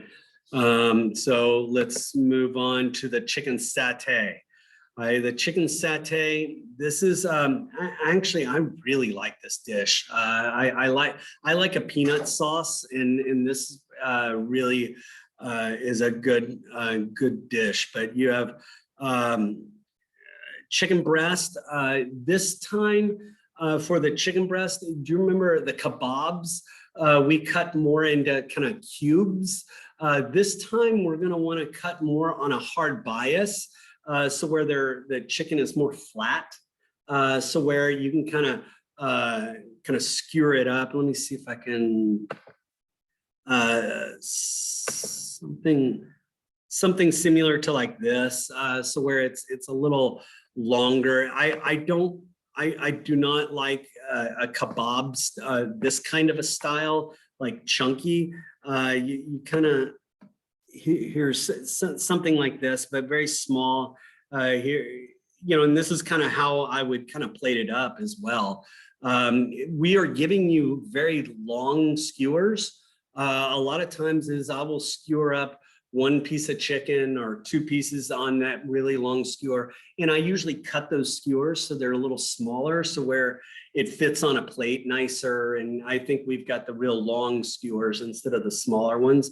But no matter what, my online people, and this I forgot to tell y'all, but the skewers you need to soak. I would soak them a day ahead of time, just keep it from splintering. Plus, you're going to grill them. And again, if you don't have a grill at home, if you have like a George Foreman kind of style grill, like a griddle, kind of that would work out just fine. You can get those little marks to it. But if you don't have that, you can just do it in the oven, or in a high heat temp oven is fine as well. But that's kind of what it looks like. So let's go to the recipe. So you got chicken breast cut kind of on a hard bias so you can put it on a skewer. Shallots, garlic, ginger, sambal. Sambal is kind of a really spicy, kind of a chili sauce. It's not sweet. It's more on the spicier side.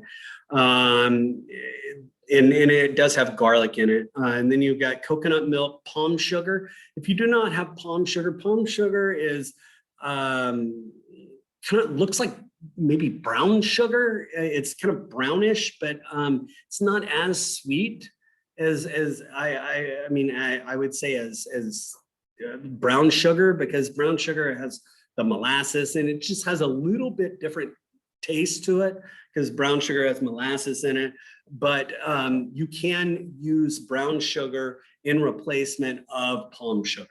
Okay, so and I don't remember seeing palm sugar Friday on your build, so that means that you'll probably use a little bit of brown sugar instead of palm sugar, and that's totally fine. And here, let me show you what this is.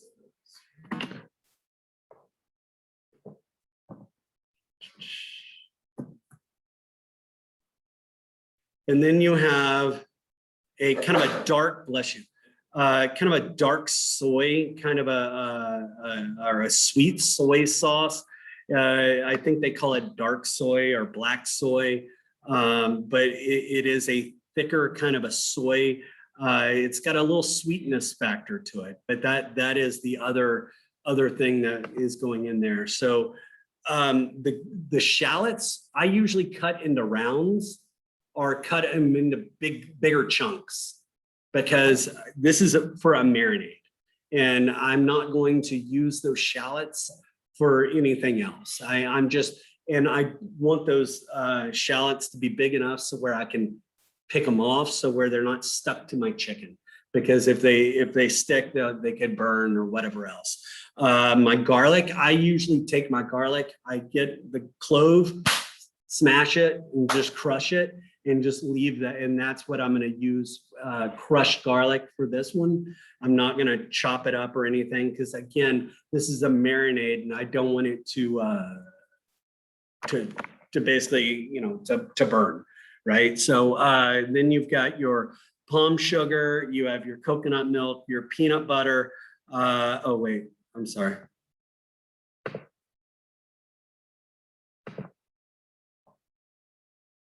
My apologies, I was on the wrong one.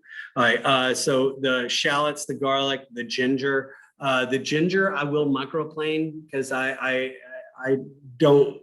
want some good flavor out of it. And if I just chop up ginger, because ginger is very fibrous, and I'm not going to get as much flavor as I would if I microplaned it. So I'm going to microplane it.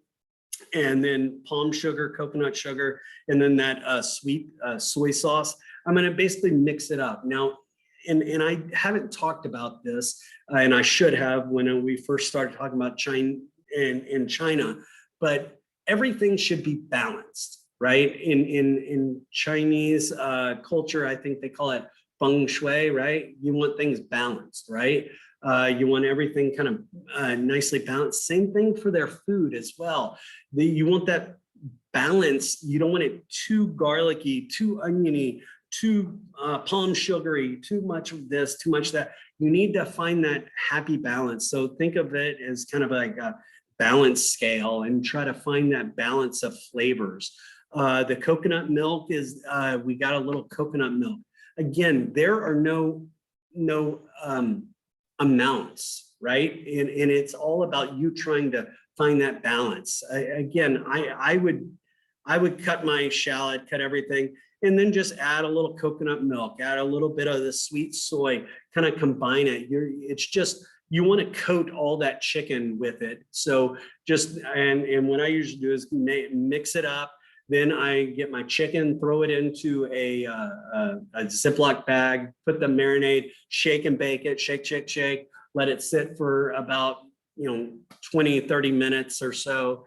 And then you can skewer it up and you can grill it pretty straightforward, pretty easy. Just make sure you don't burn it, and you just manage the char. You want some char, but you don't want like too much char. Okay. Questions on that one? All right. And then the peanut sauce. The shallots and garlic, I would, this one, I usually strain this out. So the garlic, shallots, you can rough chop. I could care less for me. If you were going to leave it in, you could have it, chopped up or finely chopped or pasted. The shallots, very fine dice, whatever else, are finely chopped. But I like a smoother peanut sauce texture. So I usually strain my sauce, but it's not required, but I sometimes do. So we have shallots. I would say maybe a half a shallot. I would say that whole shallot, half of it goes into this sauce, half of it goes into the marinade. I would say 2 pieces of garlic, 1 for the marinade, maybe 1 for this, and then palm sugar as needed, coconut milk. That coconut milk, we really want, that helps cut that fattiness of the peanut butter. So that fattiness, that coconut milk helps. Peanut butter, you can always add more peanut butter. You can never take it away, guys. Please remember that. Maybe get a spoonful and add it. It's a peanut sauce, but it should have that coconut milk flavor as well. So kind of manage that. And then, is that tamarind? Tamarind paste. A lot of times for the tamarind paste, if it is like a solid tamarind paste, I usually will soak it just kind of soak it in water a little bit to kind of hydrate it, to soften it up a little bit. And then I kind of mix that in. In tamarind, let me show you if you don't know. There's we're going to be using a lot of ingredients that some people don't know of. There's tamarind, and it looks like a seed, and tamarind paste. It's something like this, but sometimes the tamarind puree or tamarind paste sometimes has the seeds in it. So sometimes, like, for example, like this right here, this is what we normally get, is kind of something like a block.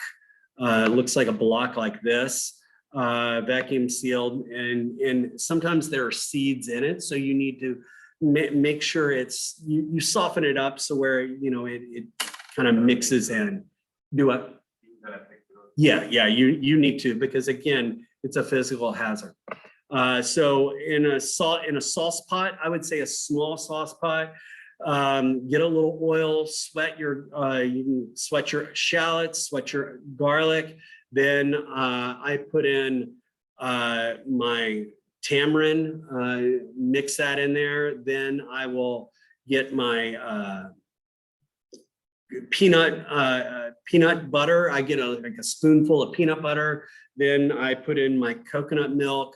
I put in my palm sugar, kind of put in everything. That water has helped to thin it down. Plus, I use some of that water to kind of hydrate my tamarind paste. But it should be kind of a nice saucy texture. And the sambal should be a little, got a little spice to it. It's a little garlic spice in there. And then I'm probably going to strain mine just to make sure that it's nice and smooth. And since it's a dipping sauce, right? Because it's just for that, for the chicken satays, so it's more dipping. So you don't want it really chunky in there. So that's kind of why I always strain it. And then I have my sauce off to the side, and then I've got my chicken satays that are nice and grilled. And that's that. Questions about the chicken satay, peanut sauce? All right, let's take another 10-minute break and we'll come back and do Philippines and we'll be done. Chef, And y'all can go walk around, do whatever you need to do. Just make sure when you're around, just wear your mask. Thank you. Yes, what were you about to say? yeah, I'm running behind. There was a bunch of That's traffic in fine. Waco. Yeah, that's fine. Take your time. Take your time.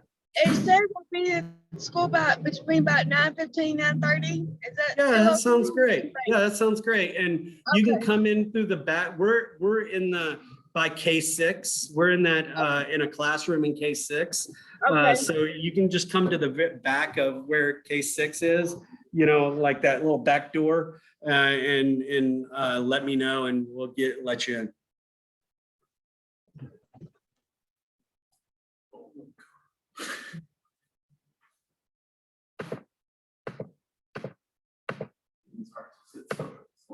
Oh, totally. I hate it. Wow, it's why I hated book classes, man. Sitting for 3-4 hours having to talk like that. Ugh. I'm not an office person.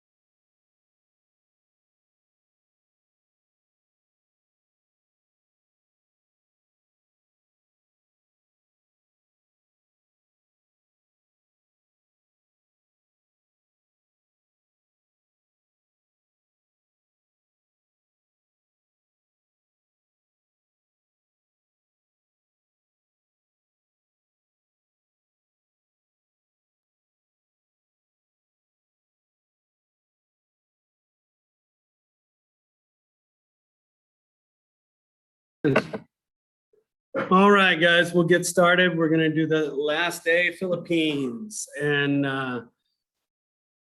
this is something I know a lot because my wife is Filipino, my mother-in-law, all of that. A few years ago, we went to the Philippines for my first time to ever go.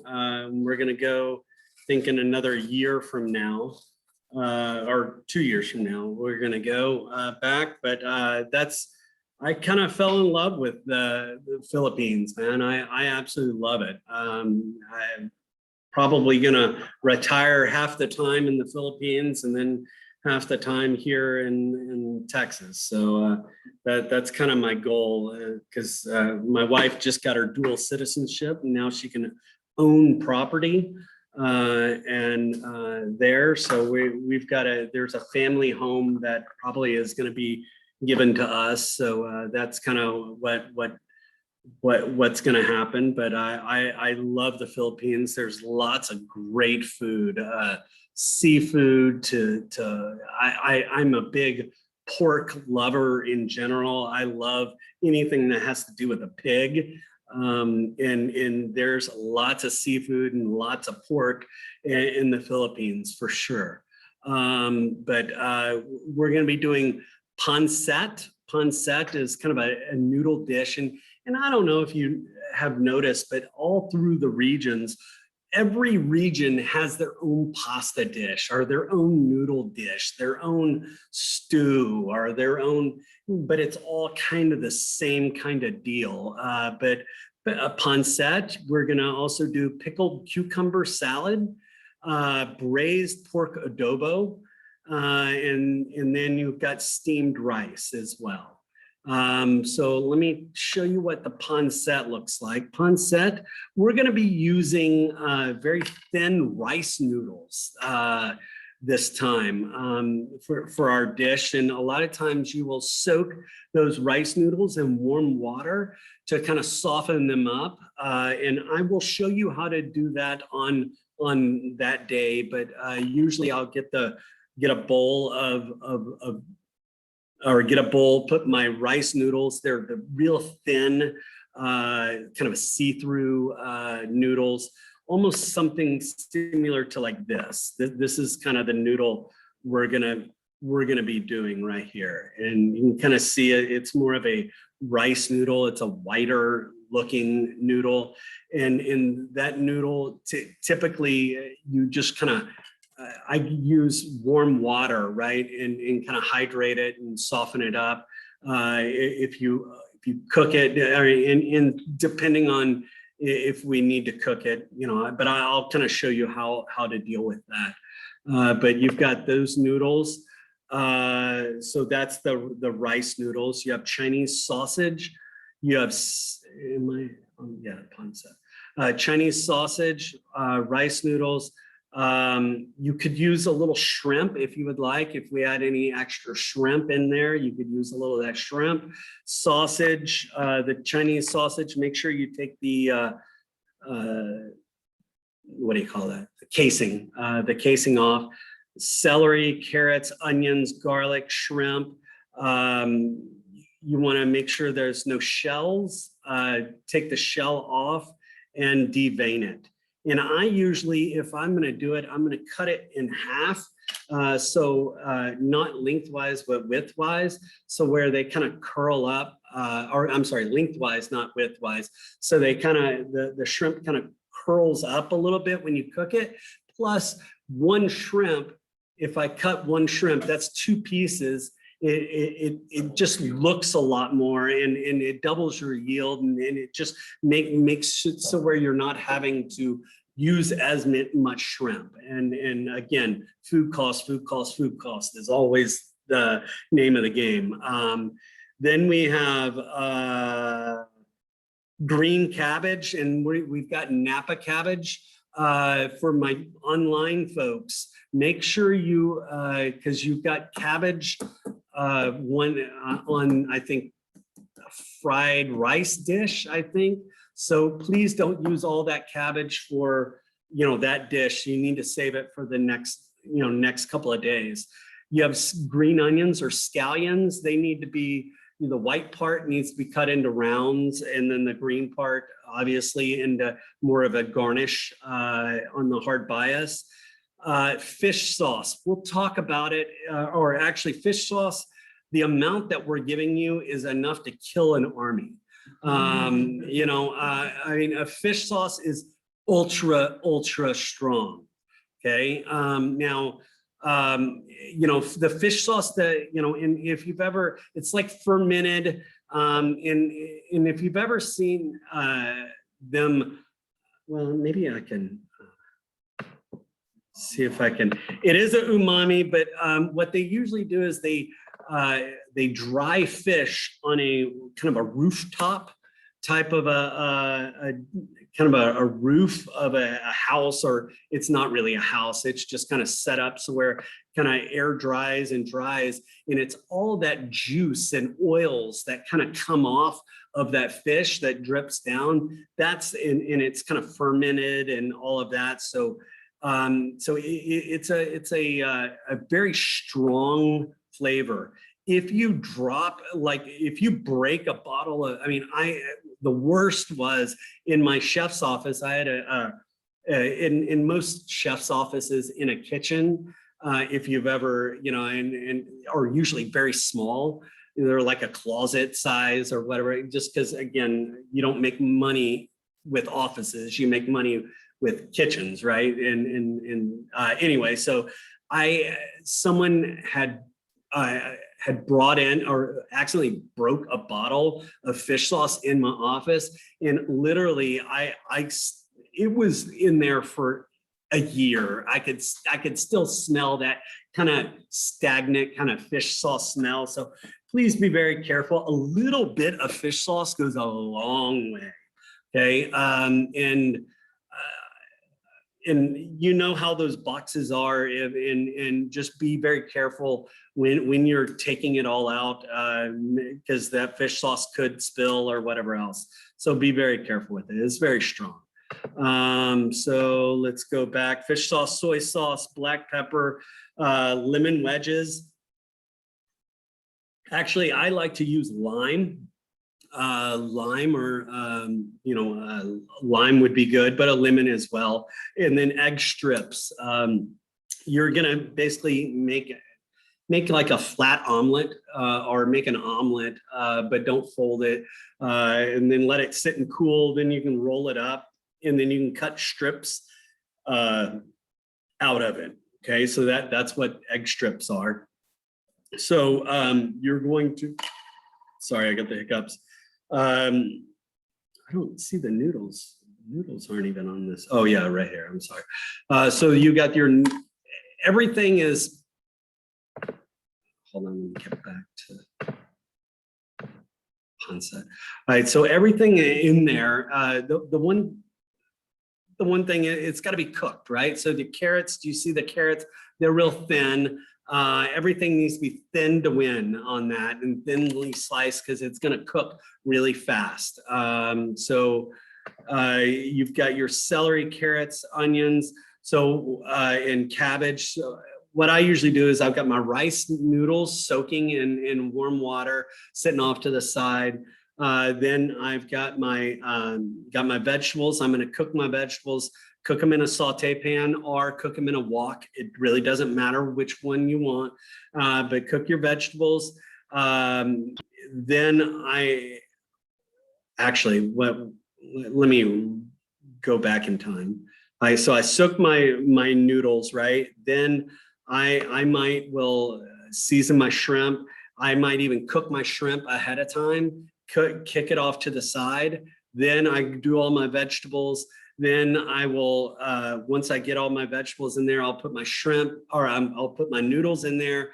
I'll put my shrimp, and then I'll put then I'll season it with a little soy, a little fish sauce, a little lemon juice.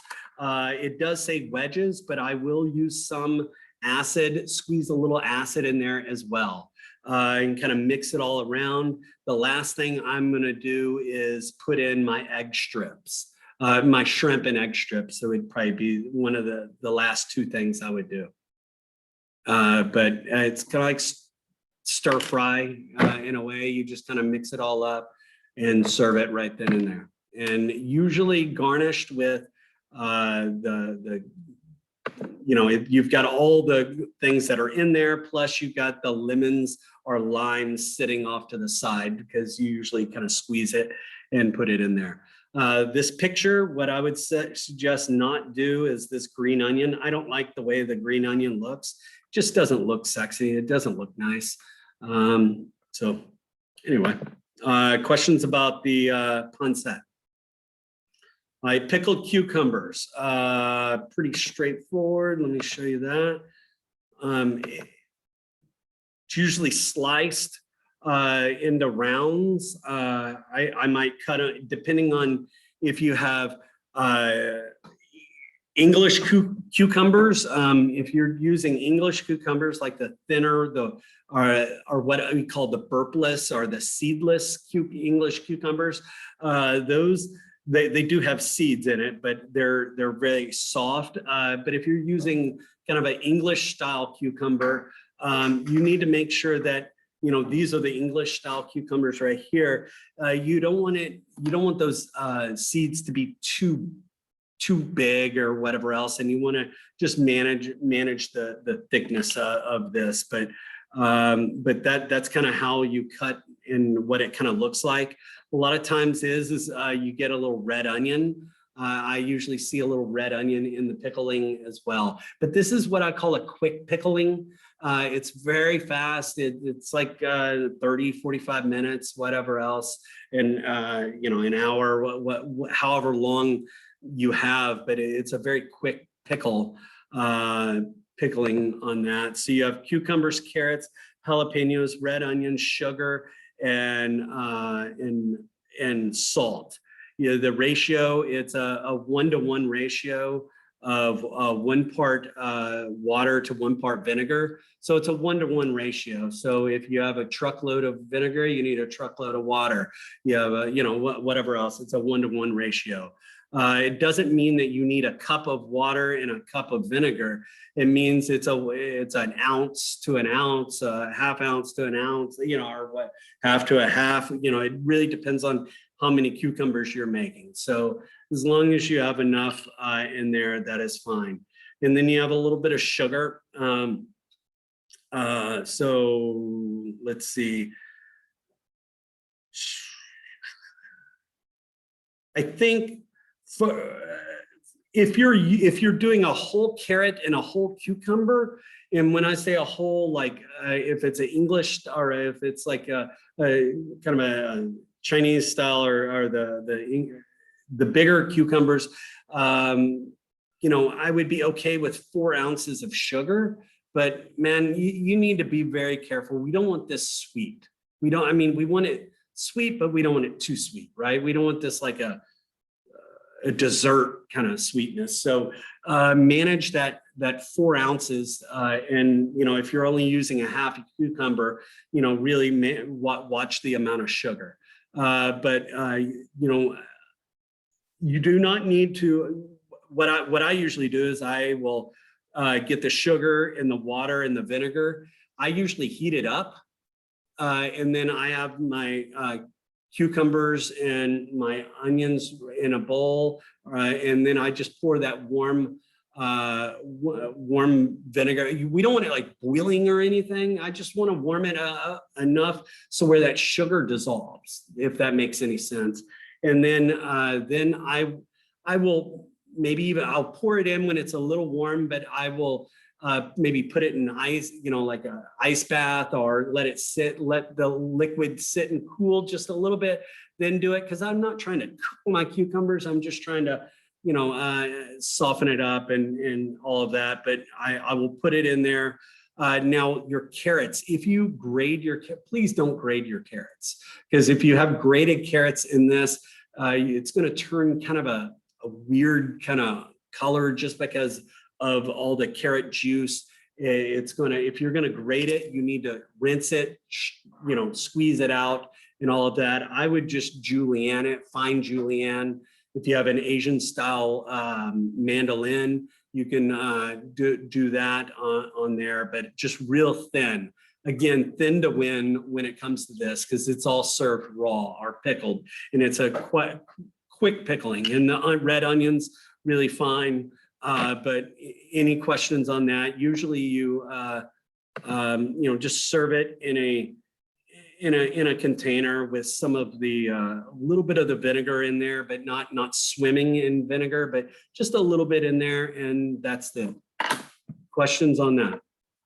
All right, last thing, we've got pork adobo. Pork adobo, you can kind of see right here, it's a braised pork dish. And it's braised in typically like a soy vinegar, water, kind of a mixture. And it's really, I love pork adobo. We make even chicken adobo. We make adobo everything at our house. But that is kind of what it kind of looks like. So let's go to the recipe. You got yellow onions, garlic, bay leaf, soy sauce, pork butt cubed up, water, chicken stock, or a combination of any of that. White vinegar. If you don't have white vinegar, you can use apple cider vinegar. I would not use rice wine vinegar because rice wine vinegar is too sweet. It adds too much of a sweetness factor to it. But either white plain distilled vinegar or just apple cider is my suggestion. And then you have fish sauce, a little bit, man, just a skosh, a little bit, a little dab will do you. Black pepper and cornstarch. Okay. Sometimes what I sometimes do, there's two different ways of doing this. I've marinated the pork in this mixture before, and just kind of let it sit and marinate, and then take it out of the marinade and kind of brown it a little bit, sear it, and then kind of stew it that way. Or I get my my pork and it's a braise. So a braise is enough liquid to cover at least halfway up the side of the product, and it's got to be covered. And typically a braise is you sear the meat, you sear the product to get a Maillard reaction or to create the crust. Then you get that, then you kind of cook it in that moisture. So what a lot of times is I will, the people that marinate it usually have a hard time browning the meat, right? Because the meat, when it's marinated, it's wet and it tends to not brown very well. So if you marinate it, it's not going to sear very well. But if you don't marinate it, I will let you do whatever. What you're going to do is you're going to get I would say a sauce pot or a pot that has tall sides, not a saute pan, just something a little deeper. You're going to get some oil, and I usually have my pork. I usually season my pork up with salt and pepper, and I get my oil and pan hot, and I sear my meat, right? Because I want to get a Maillard reaction, get some color to it. Then I'm going to, after I sear my meat, I then I usually just turn down the temp, throw in my onions and my garlic in there, and just kind of toss it in there. And then I will add my vinegar, my soy sauce, a little bit of my fish sauce, and then I usually don't put any salt in there after I season the meat. And I put my vinegar, fish sauce, my chicken stock, all the liquid, and everything except the cornstarch. So I kind of put it all in there, and I want my product to be at least covered halfway up the side of the product, because that's a braise. Then we're gonna let it come up to a simmer, turn it off, wrap it up, aluminum foil, plastic wrap, whatever, cover it up in some way, somehow. And then you're gonna stick it in an oven, 350-degree oven or 375, somewhere in that area, until fork tender. fork tender, okay? Fork tender means fork tender. I'm not looking for a temperature doneness. I'm looking for fork tender. So I take one out, check it, make sure it's fork tender. If it is fork tender, then what I usually do is I try to remove that meat out of that sauce. And then I take the meat out, I reserve it, wrap it up so where it doesn't dry out. Then I put in a little cornstarch. The reason why I take the meat out, because to thicken for cornstarch, it's got to come up to a simmer, right? That cornstarch has to come up, or that when you thicken up something, it's got to come up to a simmer. And if I had my meat in that sauce and it came up to simmer, I would be boiling it or simmering it, and it could make it tough. And I might have to stir it around, and I could start, because that meat is fork tender now, it could easily fall apart, right? So I want to, any sort of braise, you want to make sure that sauce very nicely coats that product, because if not, because braising, you cook it until it's completely done, right? Until it's falling apart. Sometimes with that pork butt, you don't have as much moisture, so it could be dry. So if you don't have that sauce coating the outside, that meat's gonna like grow in your mouth, or you're gonna have drink a lot of water to swallow it down, because it's very dry and it's very hard to go down. But that's kind of what it should look like. And I would say for the, like, this is the consistency. Do you see, you can kind of see that sauce, how it's kind of glazing right on that picture right there. But that's kind of what I would do. And this also goes with steamed rice. So you're going to need to make rice again. So I'm sorry, but this whole week, you're pretty much going to have to make rice almost every day. Exactly. So, but any questions on this dish? All right, so other than that, I'm gonna let y'all out a little earlier than I normally do, just because I've got to get ready for this film crew to come in. But other than that, do y'all have any other questions? Y'all good? Rock and roll. Then y'all have a wonderful day. I will see you tomorrow. It's gonna be probably later on this afternoon, like late afternoon, like 4 o'clock or so, before I probably post the video up on the portal. So it might be a little bit later, but other than that, y'all have a great day. Be safe, be careful, and I'll see y'all tomorrow.